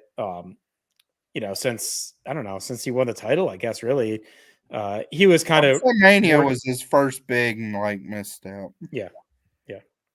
I went 2.5 here. Dave calls this a complete mess, but I kind of enjoyed it. I went 2.5 as well. Yeah. So there's one moment in here. Tony talks about Flair signing autographs. Yeah. And he says it's at Filene's. Yeah, I didn't know what that was. I was It's wondering if Filene's. Have you ever heard of Filene's Basement or Filene? No? Is that no. really just a I think Northeast that's thing? a Northeast thing. It's a real major like department store chain. It's like a Sears or whatever up here. So, but he fucks it up completely, saying Filene's. And then he says the Natick Mall instead of Natick Mall, which is what it's called. Again, I get it. He's not from here, but like if I saw that word Natick, wouldn't you say Natick or would you say Natick? Like I'd he says. probably go Natick as well. You think so? All right. Yeah. It was just funny to hear because it made me do a double take because obviously around here, like Natick Mall is a big mall. In Boston, and Filene's made me laugh. So, but I mean, come on. Yeah, but they should have at least like schooled him a little bit because if you don't really know, like you're probably like, what the fuck is he talking about? But I mean, Filene's to me that's a bad one. Like I get, it's not like it's a mom and pop where it's only like one little store. I mean, it's a major chain. There's like one in New York City. There's one in Boston. Like they're kind of all over the place. It's a pretty big department store. So at least at that time. Yeah. So all right. Filene's Basement was Filene's. Filene's was a Massachusetts-based chain of department stores until April 2009 when it was sold to Sam's. Looks like, let me see. Well, now there's 20, I guess, still hanging on. Yeah, I mean now it's all department stores are shit now, but like at the day, it was up there with Sears and yeah, but it feels very regional. Like we had a store called Martin's that was like that in Alabama. That's where I got my Nitro tickets. yeah. That was similar. It was like a JC Penney. Right. Yeah, that's what this was. It was like identical to like JC. This was one of the anchor stores in the mall, right? It was like JC Penney, Sears, and Filene's were like the three big anchor stores. But anyway, you think they would at least told him how to fucking pronounce it since he's trying to shill tickets. It was WCW. Nobody probably know what it was. No, I know. All right. I would think it's just something they should know. I still, even after this read, I don't think I can pronounce it correct. Filene's? It's not that hard. Filene's? What did he say? Filene's, like FUH, almost like Filene's. Filene's. Got it. Yeah. And Natick Mall, not the Natick Mall. Natick. Okay. It's a cool mall. We do get the Valvoline replay here. There's a crazy spot too. Just a madman from Parker when he puts Prince in the open chair on the floor and hits him with the tope. I mean, it's just crazy shit. He hits it really well. Yeah, he crushed them. So I mean, Parker was awesome. I mean, Prince again. You know, I would have had Parker win the belt. He would have had an awesome reign, even if it was like for a few weeks with how good he's been in these matches. Prince is out of gas. He looked like a bum here. I thought Parker kind of carried him throughout the whole thing. We'll see if they end the experiment Sunday. He's going to fight Regal at Spring Stampede. But give me more Parker. He was awesome. Let me I didn't know where to kind of shoehorn this note on the Observer, but let me just bring it here and see what you think, because I think it could have been interesting in the TV title picture. Lots of rumors regarding Van Dam leaving for WCW. Supposedly, when asked about his martial arts background, Van Dam told someone over the weekend, wait a few weeks and you'll hear about it from Mike Tenay on Nitro. Sabu has definitely sent out feelers to WWF, although the impression I got is that they aren't head over heels about him due to his track record. Paul Heyman said he has Sabu under contract until the end of the year. So what? There's been tremendous backstage stress of late over the situation with Van Dam possibly leaving WCW, coming into Philadelphia, in a couple of weeks. And more than anything else, all the pressure because the pay-per-view show is really about to happen. Nobody really knows how well it'll do. And Van Dam doesn't even have much of a mat, right? Doesn't just like Storm at Barely Legal? Yeah, Storm. So and that ends up leading to like the stuff with Sabu and everything with the feud, the respect feud. Yeah. But he has presented. It's funny that he was talking about it because it's around this time he ends up. We're going to see him soon on Raw, and he starts the Mr. Monday Night stuff and all that. So that's coming up soon. So I wonder if they were going back and forth with where he was going to go, or maybe this could have just been smoke to throw off the scent that he was gonna. They were partnering still with the WWF because this is coming up now. We just already had the 2 ECW nights on Raw. It's been quiet for a few weeks. I think it's in May when they start doing it again for a little bit. They fire it back up with RVD. And then that leads to the big feud, obviously, with Lawler going to ECW and all that stuff, right? That carries most of the year. So,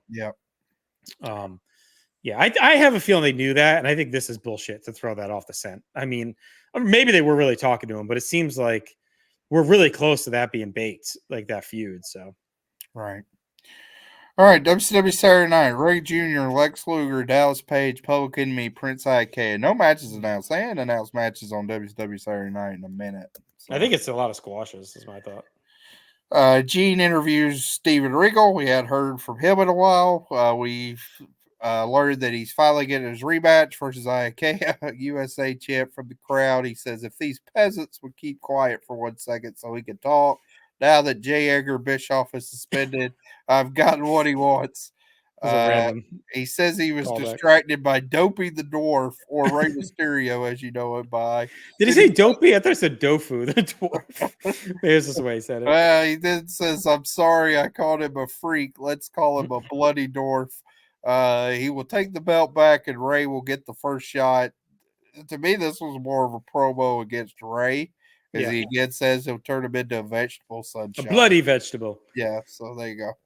He was stumbling around a little bit. It was a little not Regal's best work, but yeah, it seems like they're still setting up a Regal Ray feud. I feel like that was the whole plan for the spring, and they got all thrown off with the IK stuff. Like I feel like it was supposed to be Regal and Ray for the TV title for a couple months, and then Prince came around and they did that stupid thing, and now it's been all messed up. Regal versus Jericho on commentary. They're reiterating the dissension in the NWO, asking where the rest of the group is. Matt work from Regal and Jericho. Chris clothesline from Jericho. Back leg kick, springboard drop kick sends Regal to the floor. This is where I think the NWO coming out is a problem. Is the crowd reacts to something going on? They keep looking at the entrance way, but I don't know if it was a fight or what happened. But we see nothing of this. Right. So they're doing their match inside, and nobody's paying attention in the crowd. Regal pushes Jericho off the ropes and puts him. Jericho's able to roll him up and get the upset. I actually thought this was a very quick match, too quick to be anything good, but I like the story here where, again, Regal's overconfident and it bites him again, so I went 2 1/4 for the match.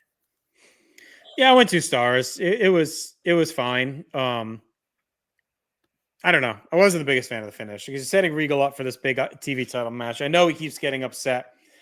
But what comes now for the post match we're going to get to, I thought was awesome. And why did we just do that with a DQ to have Regal kick the shit out of him and go into this finish versus getting pinned again? Just, I don't know. It's almost too much stooging for him. So Regal annihilates him after the match, hits a super butterfly suplex, a pile driver, which I can't remember Regal really using ever. A Regal stretch is put on, Renegade comes in, but then he backs off, which actually screw this. Yeah, Gomez comes in, he gets physical, gets slugged by Regal. He takes a pile driver, and Renegade's just kind of on the floor watching him. Kidman comes in, gets beat up. I think this is Lenny Lane. He gets hit in the nuts. Yeah, it's Lenny Lane. So Regal cleans house on everybody and looks good heading into his match here. Yeah, I just only doing that finish 2 days before. All right. Second hour. Or whatever. Yeah. I just don't like them doing this 6 days before his big title match. To me, that didn't make sense. Save that for another time if you want. It's just a weird use of resources. Jericho's kind of, are we really putting him on the level of Ayukea? That's what it feels like. Oh, this scrappy underdog. He should be booked better than that too. And the post-match beatdown was great though. That is the toughest Regal's looked in forever. So just to me, just do that. Just have him kick it. Don't even start the match. Maybe Regal attacks under before the bell and just kicks the shit out of him and they never start the match. And then the other guys come out and they do the same thing. It's almost would have been better that way too.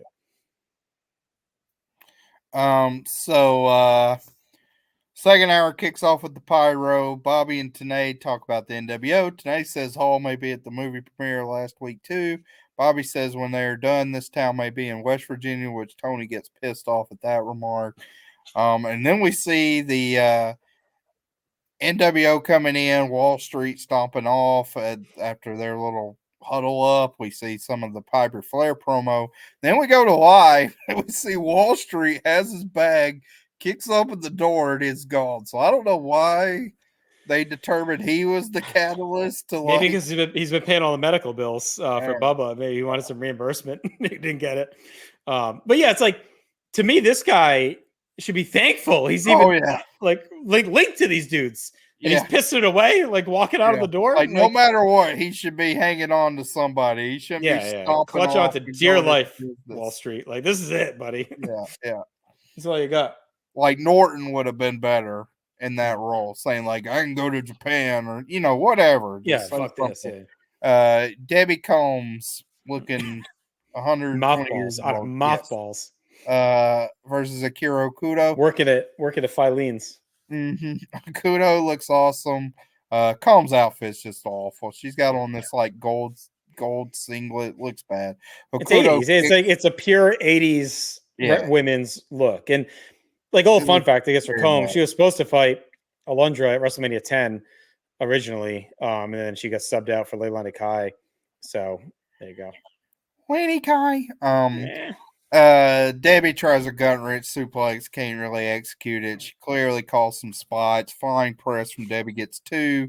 Tenay talks about the age limit in Japan for women wrestlers and says it doesn't account anymore. Bobby has a weird and awful joke that he doesn't think any woman in Japan's over 40, says they're all attractive, and then Okudo kills her with a German suplex, and that's it. I want a star and a quarter.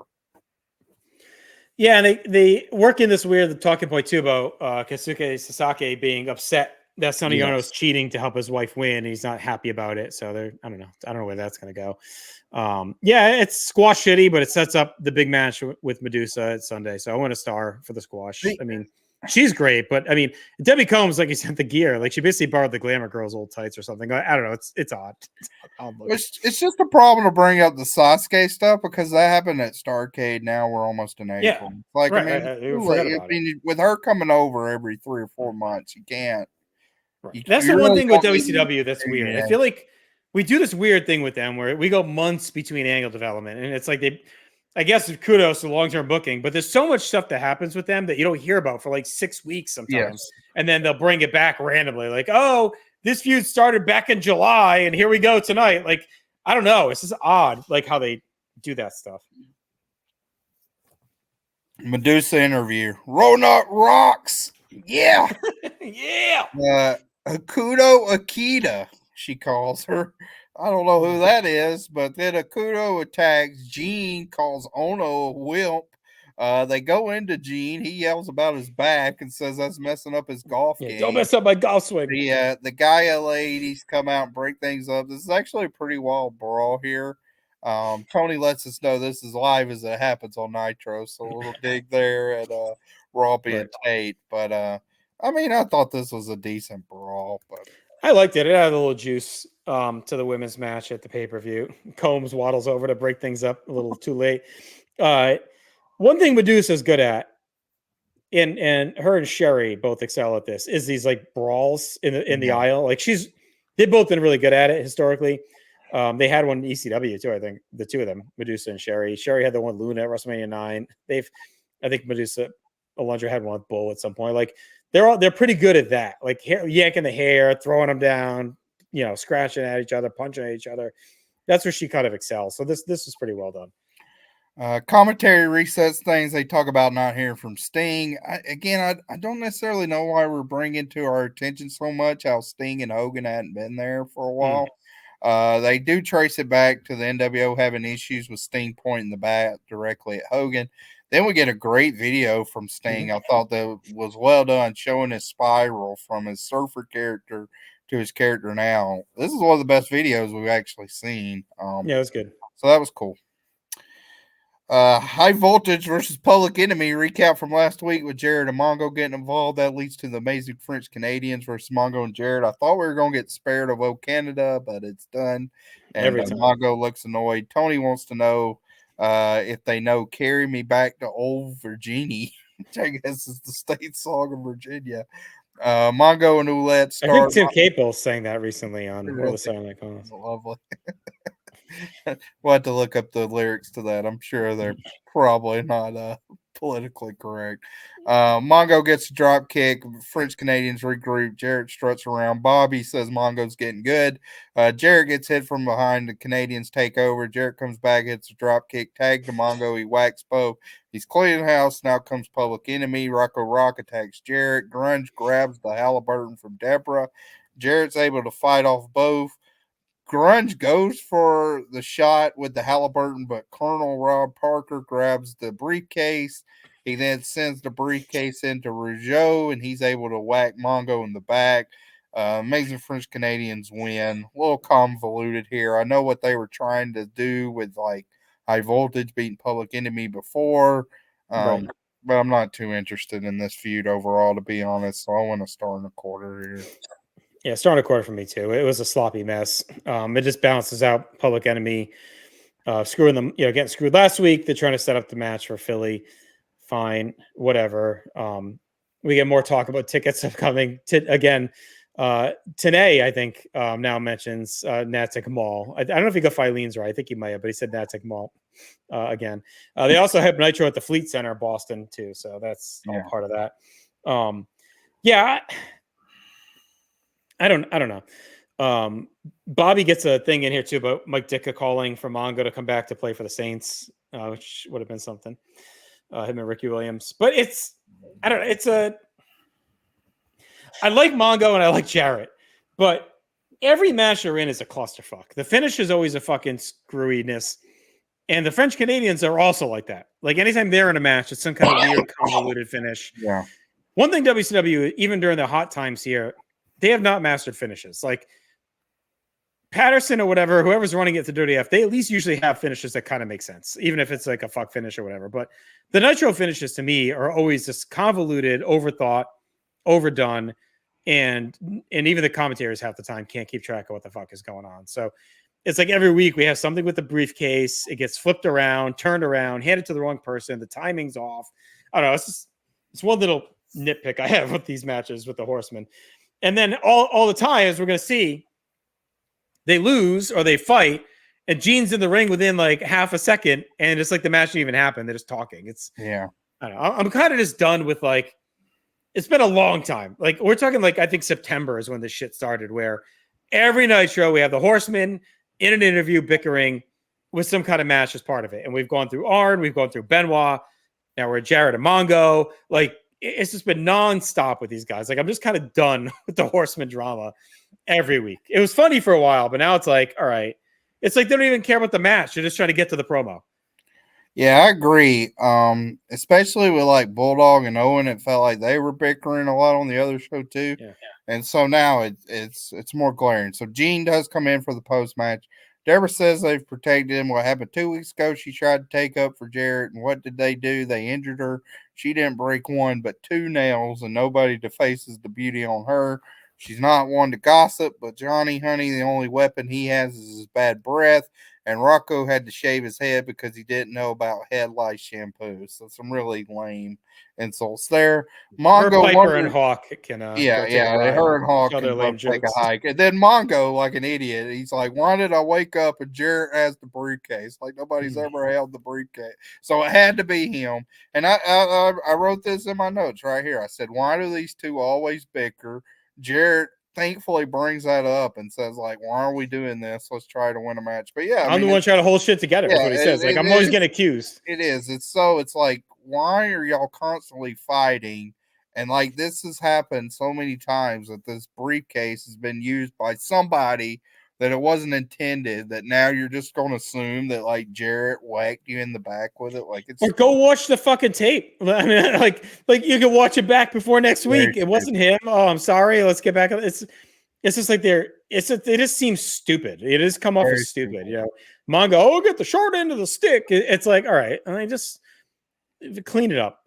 I thought it seemed like a few weeks ago we were back on track. Remember we had that like State of the Union, the Horsemen United, and now we're right back at it. And it's like in a mid-card feud with Public Enemy. It's just, I don't know. Yeah, it's bad. Stagger Lee's in Huntsville. I needed a drink. I was so angry. Stagger Lee's in Huntsville. Is in a Nitro party. Road Report. He name drops Van Morrison and Tupelo Honey. We're getting a lot of dated references between him and Tony tonight. Huntsville's home of the Space Center, but the real story is NASA was supposed to launch a weasel into space, but the weasel wouldn't stop whimpering and wetting itself, so they replaced it with a monkey, and Bobby just says he should be hunted down. It's fine. Not Lee's best work, but everyone's kind of been off tonight. Oh, my God. Carry Me Back to Old Virginia was written in 1878. And how about Tupelo Honey? What's that? Well, wait a minute. By James Bland, an African-American composer. And it was Virginia State song. This is hilarious. It was Virginia State song from 1940 to 1997. So Tony name dropping it here may have ended its reign. Or the opposite. Maybe he was mad about it and he was saying like we should like learn it and bring it back because it's right up there with like Splash Mountain. Tony's probably raging on that too. Song of the South. Here we go. Carry me back to old Virginia. That's where the cotton and corn and taters grow. That's where the birds wobble sweet in the springtime. That's where this old darkie's heart am long to go. All right, I think we're done with that. So there you go. The taters grow. Yeah. Tupelo Honey is a Van Morrison song from 1971. So I mean, we are really just let's just get an Andy Griffith reference to close it out here. So it's like, come on, can't be. Oh my god, yeah. This one's bad. All right, yeah. Don't look at the last verse. Where let's leave old Virginia on the chopping wood floor there. Oh, good grief. Okay. Morris versus Benoit, another feud that we get every week. Woman's with Benoit this week. We hear that she was with Hart and his wife last week. They go right after it. Some nasty chops for both. Power slam for Morris. It goes to the ropes against German. And that gets the pin in just a minute. Like, why? Like, this was another good match, but we only get a minute. Star and a half. I don't know. Like, you got anything on the match? I don't get, like, it's been my biggest pet peeve of Nitro is they lay these matches out with the two big guys and they're a rush, like just to get to the storyline or the angle. And it's like, why are we bothering with half of them? It's been this way for a while now. It's not like it's a small sample. It's just we're constantly just doing these like minute long matches. And it's funny because everyone bitches about like Vince Russo in 1999, WWF in 1999, 2000. We're not much better right now in Nitro. Like, way too many matches. Yeah, we're 10. It's too many matches and they're too quick. Every show. Yeah. It's just too much. It's too much. I can see why they decided to do Thunder, but it's like half of these have no meaning. And it's just like Gene is in the ring as the pin is happening half the time. It's like, just cut some of them out and do angles and interviews. And that's, I think Raw is onto something with the enhancement shit, at least. Like, we're burning guys that mean something. That'd be like Hugh Morris has been pushed. Like Benoit's getting pushed, Jericho's getting pushed, and they're using these weird spots that don't make sense. So immediately after the bell, Dungeon of Doom comes out, beats up on Benoit. Sullivan's in a Nitro crew shirt. I mean, where's something else? Like, I mean, I know like we're trying to be realistic in this angle, but it's like you're leading the Dungeon of Doom and you're in a Nitro crew shirt, like stupid. Jackie comes in. She looks awesome. She shoves a woman down, starts pounding on Benoit. Tenay's thankfully asking where the horsemen are. Then Jackie in her high heels climbs to the top, hits a big splash. She climbs up again. Woman recovers, shakes the ropes. Jackie crotches herself. Woman decks Jimmy Hart. He takes a ridiculous bump. And then finally out comes Flair. He cleans house. Arn Anderson's at ringside, but he doesn't get in the ring or get physical. Flair gives everybody a ton of low blows, cleans house, and Sullivan stalks Woman, and Arn kind of gets in between them. They exchange words, but don't get physical with each other, and the Dungeon of Doom walks away. So that's kind of your big brawl there. I thought Jacqueline looked great. That was kind of my main takeaway there. Yeah, she's been great too. I mean, it's kind of it's funny how many little parallels there are right now between the shows. Yes. Like we kind of have Chad and Jackie doing the same thing. They've both been awesome and kind of carrying stuff. We're back to Arn and Sullivan having this weird unspoken bond. Like it makes you think, were they planning originally for them something to merge or turn and join up, or because they've been kind of teasing their mutual respect for a while. A long while. And I don't know if they know yet that Arn's done. So maybe they're trying to keep it simmering. But it's interesting how they keep tying them together. But the match is a waste. I mean, Hugh's been picking up steam. Again, just turn it to a segment. I thought both guys look sharp, but they got no time. I like the post-match. It's good to see Flair physical, like we said earlier. Where's Jared Amongo now, by the way? It's another Horseman segment right away. Second week in a row, they've done this right after they bickered. It's like they're still arguing, but it's like, you idiots, you're incompetent. Starting to work for me. Meltzer has the theory that Benoit was going to be the person that attacked Arn in the hotel room, and that was eventually going to lead to Benoit's Horsemen with like Regal and Jericho and Malenko versus Flair's Horsemen. I don't know. So G gets again, he's right there, Johnny on the spot. G. Flair hugs Benoit. Benoit says, "You must have been hurting, Art." Art says, "Yeah, I'm hurt real bad, but I'm still watching your back." Benoit tells Sullivan he feels sorry for him. "You've been wronged and are the victim, but you're also the perpetrator. You've been quite meticulous in spinning this web. You brought Nancy into it." He says Sullivan's career is sunsetting. Then he switches to his match with Malenko at the pay-per-view. Says he has respect for him, but once the bell rings, it's not about respect but victory. This victory will be a victory for himself. Flair kind of wraps a bow on the whole thing, says that the human buzzsaw Benoit will have woman and be the new U.S. champ. Woo. Again with Flair, like, and I did mention this with Piper, but it's like we just saw him try to court Jarrett, and now he's courting Piper. It's a weird movement where like Flair was like the king dog, the leader of the Horsemen, and now he's like trying to recruit and be buddy with all these people. It feels like a big departure. So I mean, this promo overall I thought was fine. I think it's good Benoit work. I mean, for what he usually brings to the table. He mentions Ben as well again, Sullivan's son. Yes. Says whose life are you going to ruin next? You already ruined Nancy, now Ben. I did like the tie into like the old guard fading, so maybe Meltzer's reading the tea leaves there a bit because he does say, Sullivan's watching the sunset in his career, new dawn of a new era, and a new millennium and a new generation is coming. So it kind of is making maybe that's where he's reading into, thinking Arn, Sullivan, Flair, and then you got Benoit kind of hyping up the new millennium of guys. So maybe there's some, reading into that a little bit. Diamond Dallas Page versus Lance Ringo. Did you know who Lance Ringo was? I don't think it was Ringo Starr or Lance Storm. So this will be a Sick Boy upcoming. Oh, okay. Yeah, Scotty Victor there, or whatever his name is. Yeah, Ringo comes out with the Playboy of Kim. Page attacks right away.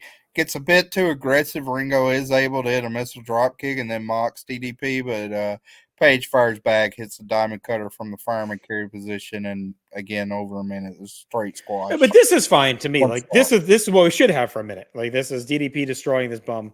Bobby said he read the magazine for 10 to 12 hours and doesn't see the big deal about it. Yeah. Today says DDP has lost 20 pounds. I don't know if that's accurate. He does look to be in good shape. But a star for me, just a squash. And this to me is more effective than competitive 1 minute matches. Okay. So interview with Page. Gene was a busy boy on this Nitro. Oh my God. Yeah, like I said, it's like every you don't even get a second to breathe. He's in there as the 3 counts happening. Gene brings up everything. Page says, "Let me get something straight." He calls Kimberly the most beautiful woman in the world. He says that the Playboy is the celebrities edition that features Pamela Anderson, Jim McCarthy, all these big celebrities, and that they're proud of this. It's not something they're ashamed of. What he's not proud of is what Macho did to his wife at Uncensored with his bimbo Liz. When he held her down like a dog and spray painted her, it scared the wits out of her, and it's something he's not going to forget. Savage, you want to come into my real world, I will snap into yours. Gene asked him if Kimberly's going to be in his corner at the pay-per-view. Then we get the brother. Gene can't find him. Before that, though, I love DDP's line where he's like, "My name is Diamond Dallas Page. My wife is I mean Savage says this. All right, good. It's a Savage line. I think it's a Page line. It's a Savage line, but it's really good. Good. Yes. So Savage says he can answer that for him, but first he wants to ask Page a question. Elizabeth told him his name was DDP, aka Diamond Dallas Page. Big Macho Sucks chant from the crowd. Savage lets us know the Diamond Doll was Kimberly. The Diamond Cutter is the finishing hold, which will never get on the Macho Man Randy Savage. So his question for Page is, are you some kind of gemologist? Oh my God, that was such a great line. Such a great line. You a gemologist. As far as Kimberly goes, the Macho Man doesn't care if Kim comes to the pay-per-view or not. At Spring Stampede, we're going to see if Page has any family jewels at all, which was another good line. Page says, "Well, Macho Man, I guess we're going to find out at Spring Stampede, and don't forget to bring your bimbo Liz." he's going to be bringing the ladies, so you might as well bring the tramp. Macho is pissed as they go to break. Yeah, I thought this was a well done promo. I think they, again, like, I thought Gene actually, in the way he set it up, he didn't set it up great in that. Again, I don't know if they knew this was going to be the main event, but Gene kind of says, like, you got a match coming up. I mean, I wish there was a little more talk on commentary about how this is now Page, like, in a main event match that he hasn't been. A little more like meta with that. But it's been a strong feud. I've loved this feud. I think it's massive for Page to be in it. We've talked about it week after week, the elevation point for him into Savage. And Savage is reborn as a heel here. Like, some of his face stuff toward the end was kind of whatever, all the weird shit with Liz and the black hat. But I like him a lot in this feud. The gemologist line killed me. That was so good. The Family Jewels line was good. And the Page with the Lady and the Tramp was good too. So these guys are locked in. They have great chemistry. I'm really excited to rewatch this match for Spring Stampede and the rest of their feud. Yep. Our main event match is the Steiners versus High Voltage. Tony's losing his voice as I am. Scott and Kenny go first. Pump headless slam from Scott. Rick gets sent to the post. They work him over. They hit a slingshot leg drop. They're working the head again, so they're using that like psychology that his head's still screwed up. It's equilibrium. Rage misses a huge somersault senton, which, I mean, Bobby, I think, says he missed by like 4 feet. Like, yeah, it was a jump in the pool moment, but I mean, he got big air on it. Scott gets the hot tag, his belly chaos, power slams, Rage. And as Rick is looking dazed, he gives the Steiner screwdriver suplex, which to make nasty. Oh my God, it's always awesome. He can't be using that for much longer. 2 stars. No. This was fine. Yeah, I went 2 as well. A good squash with a little angle. So I like this. I like the focus on the ear of Rick. That's been a big storyline. Today's interesting point where it says high voltage reminds me of the Steiners from 10 years ago. We'll see how that plays out. Yeah. By the Scott looked awesome. The butterfly suplex was good. And yeah, the screwdriver is always sick. I mean, I love watching those random bras in like 93 where he'd break it out on a jobber. I think a couple times he does it. He does it in the Bret Owen match as well when the Steiners fight the Harts. It's just such a nasty move. I love it. So this is the second week in a row that we don't have any NWO coming out to right at the very end, which on one hand could be like great patience, but I think it's a problem now because like a lot of the audience is just wanting it. They're looking for it and they want it. Yeah, they're conditioned. They're part of the show. Yeah. So Nash and Six come out. They scurry off the announcers. Bobby, in a funny moment, like rolls over the top of the table and gets his leg tangled with the cord. It looks ridiculous. I love how they always have to like stop for him to finish his like pratfall before they can continue. So they're just watching him. Yeah, Nash rolling over. He takes forever. He takes forever to get over that table. He's all in the fucking cords. His loafers all in it. It's so good. It's really funny. It's so great. It's like a Kramer level physical humor. It's really funny. Yeah. Nash is on the headset. He says he sat back there for 2 hours and is about to puke. President has the State of the Union every couple of months. So like, I don't know about that. Yeah, so it's time for the NWO, although unlike the president, he isn't going to lie. He doesn't know what's going on with the NWO right now. Scott Hall's taking care of business more important than wrestling right now. While Bischoff, Hogan, Vincent, DiBiase are at the Rodman opening premiere.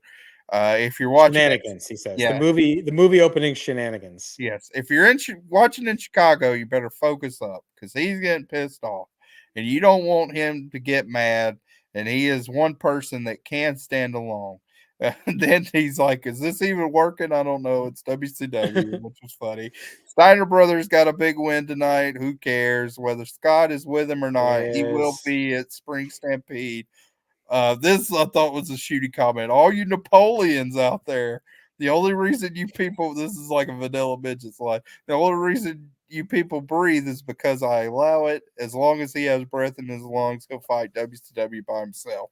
So, I mean, kind of a unhinged Nash promo to finish things off here. I mean, it was good, I guess, for what it was. Like, he showed a lot of passion. It was engaging. It's just, I don't really know where it's leading, and again, it felt kind of out of nowhere. So a strange ending to a strange episode of Nitro. Well, he says all the Napoleons that can't get on the adult rides, which is funny. Yeah, it was a weird segment. It's a weird angle. It's almost like it feels like they weren't going to do this, and then suddenly Hogan's dates maybe came into play. He wants to go to plan up the Rodman thing. Hall's in rehab, and they're kind of like, all right, well, Nash is alone, so maybe we incorporate that in there and make him pissed off for a couple weeks, and we'll see where it goes. So it feels almost like it's a shoot in some ways that like maybe they weren't planning on it, but suddenly it is Nash and the B team hanging around.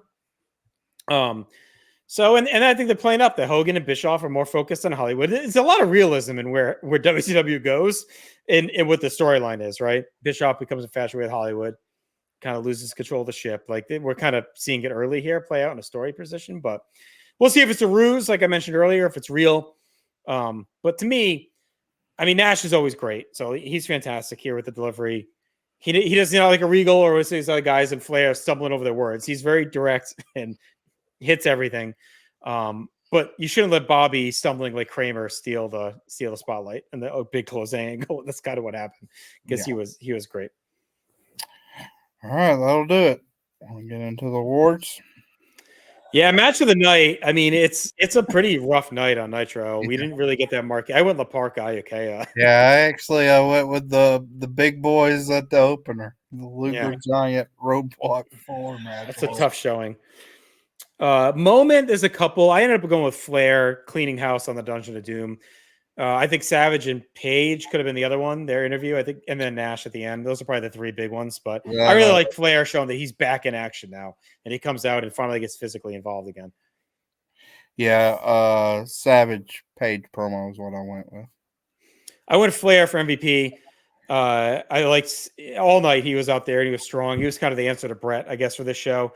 Comes out with the Piper stuff. He's out with the Horseman stuff. Like he's evolved multiple times. He pushes the stories around. I was a weeknight. I didn't think there's a lot of choices. Again, it comes down to probably him, Nash, and Savage as your three big ones. But yeah, I'd put Page in there too. But Page. Yeah. I went Flair too. Nobody else really stood out. All right, we had Johnny Ringo, whatever his name was, Debbie Combs, Miko Satomura, Toshi Yamatsu as our debuts. Yep. Road Report Huntsville. Racist songs. Take Me Home, Old Virginia. Final grade. I went 5.5 out of 10 on this one. Definitely a down Nitro. Still good stuff and enjoyable to watch, but it feels like we're off course a little bit. Like I'm looking forward to Spring Stampede to see if we rebalance because it's just a lot of flux. It's like Hogan hasn't been around. Sting hasn't been on. Luger's kind of ascending. Flair's back in the mix. Piper seems like he's full time now. We got some relics hanging on with this stupid Horseman feud. So we're in a weird spot right now. It feels like a very transitional month so far in March. Yeah, 5 out of 10. This is easily the least interested I've been in WCW as a whole since last April. They have the roster there. They're just between the formatting and some of the ankles. They're missing the mark on a lot of stuff right now. It feels like Bischoff may really be like in Hollywood doing stuff like that's. Yeah, they definitely seem to have lost some focus. I think the combination of Bischoff and then honestly like Sullivan too, what was going on with him. Yeah. In real life, like that, some of that focus as well, to be honest. All right. I mean, so Raw, pretty much beat down of Nitro here. And I'm assuming we're giving it best show on the combo. So that since Super Brawl, we've had 6 weeks of TV and Raw's won 4 of the 6. Yeah. So you always hear, 97, Raw started to get hot and overtook, even though they're losing the ratings. And I don't know if it's going to hold. I do think Nitro gets restabilized in 97 and there's good stuff. But we know Raw gets better. And they're already up 4-2 now since I mean Raw's definitely gonna have low areas. I remember like the DX build being real bad going into that pay-per-view.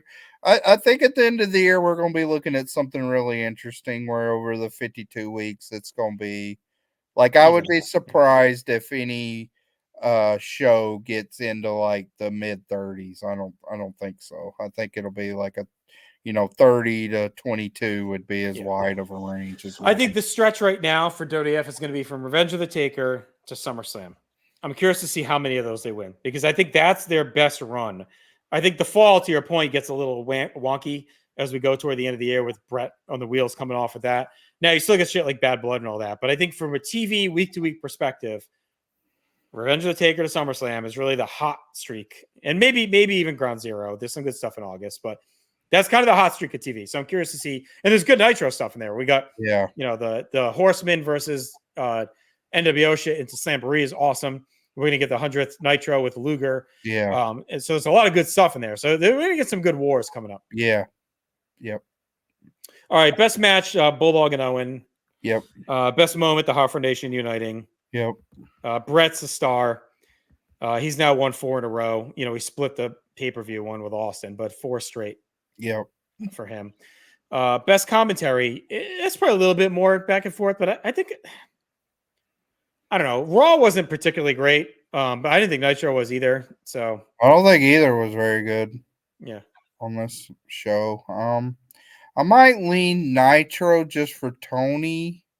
Yeah. I thought he was happy to be home. So he had like. Yeah, and you get Bobby stooging, so we'll go with that over Lawler crying. And then ratings winner, obviously Nitro. Yeah, the ratings, I have that up. It was last week was 3 to 2.5, which I said that was the worst Nitro rating to like mid 2000. This week, Raw was up from a 2.5 to 2.7, so up 0.2, but Nitro was up from 3 to 3.4. So, pretty consistent. Yeah. All right. We'll be back in 2 weeks, Chad. Pay-per-view time. We'll be covering Spring Stampede. So again, I'm pretty excited for that show. I really want to check out Savage and Page again, and we get the 4 corner stuff. So we'll see how things unfold. So it'll be exciting for that. A month from today, we'll be back on the weeklies. We'll have the fallout from Stampede. We'll be a couple weeks out from In Your House. And then, not to get too far ahead of us, but 6 weeks from today, we get the infamous South Africa Raw, which is the bottoming out of the company for WWF, where Vince ends up clean. We'll get into it because we got to really prepare the Meltzer notes for that one, because that's a big week. That's where Vince cleans house and puts Russo in charge officially of TV. So that's a big night coming up for us. So our next 3 episodes are all pretty big episodes. So stay with us, subscribe. Again, YouTube, North South Connection, tons of content. Podbean, all the audio content. Some changes coming in May. Stay tuned for that. And then we went over the Patreon earlier. Patreon.com/The Wrestling Warzone. Free. If you want to kick in the buck, just because Patreon kind of makes us have that tier, feel free. You don't have to. It's all the same content regardless. You heard about the spiel at the beginning. We want to appreciate you. We want to thank you for all your support inside the Wrestling Warzone. We'll talk to you in 2 weeks. Smell the napalm. We are out. I want to see, can you please flop over the table and get tied up in the cords for me?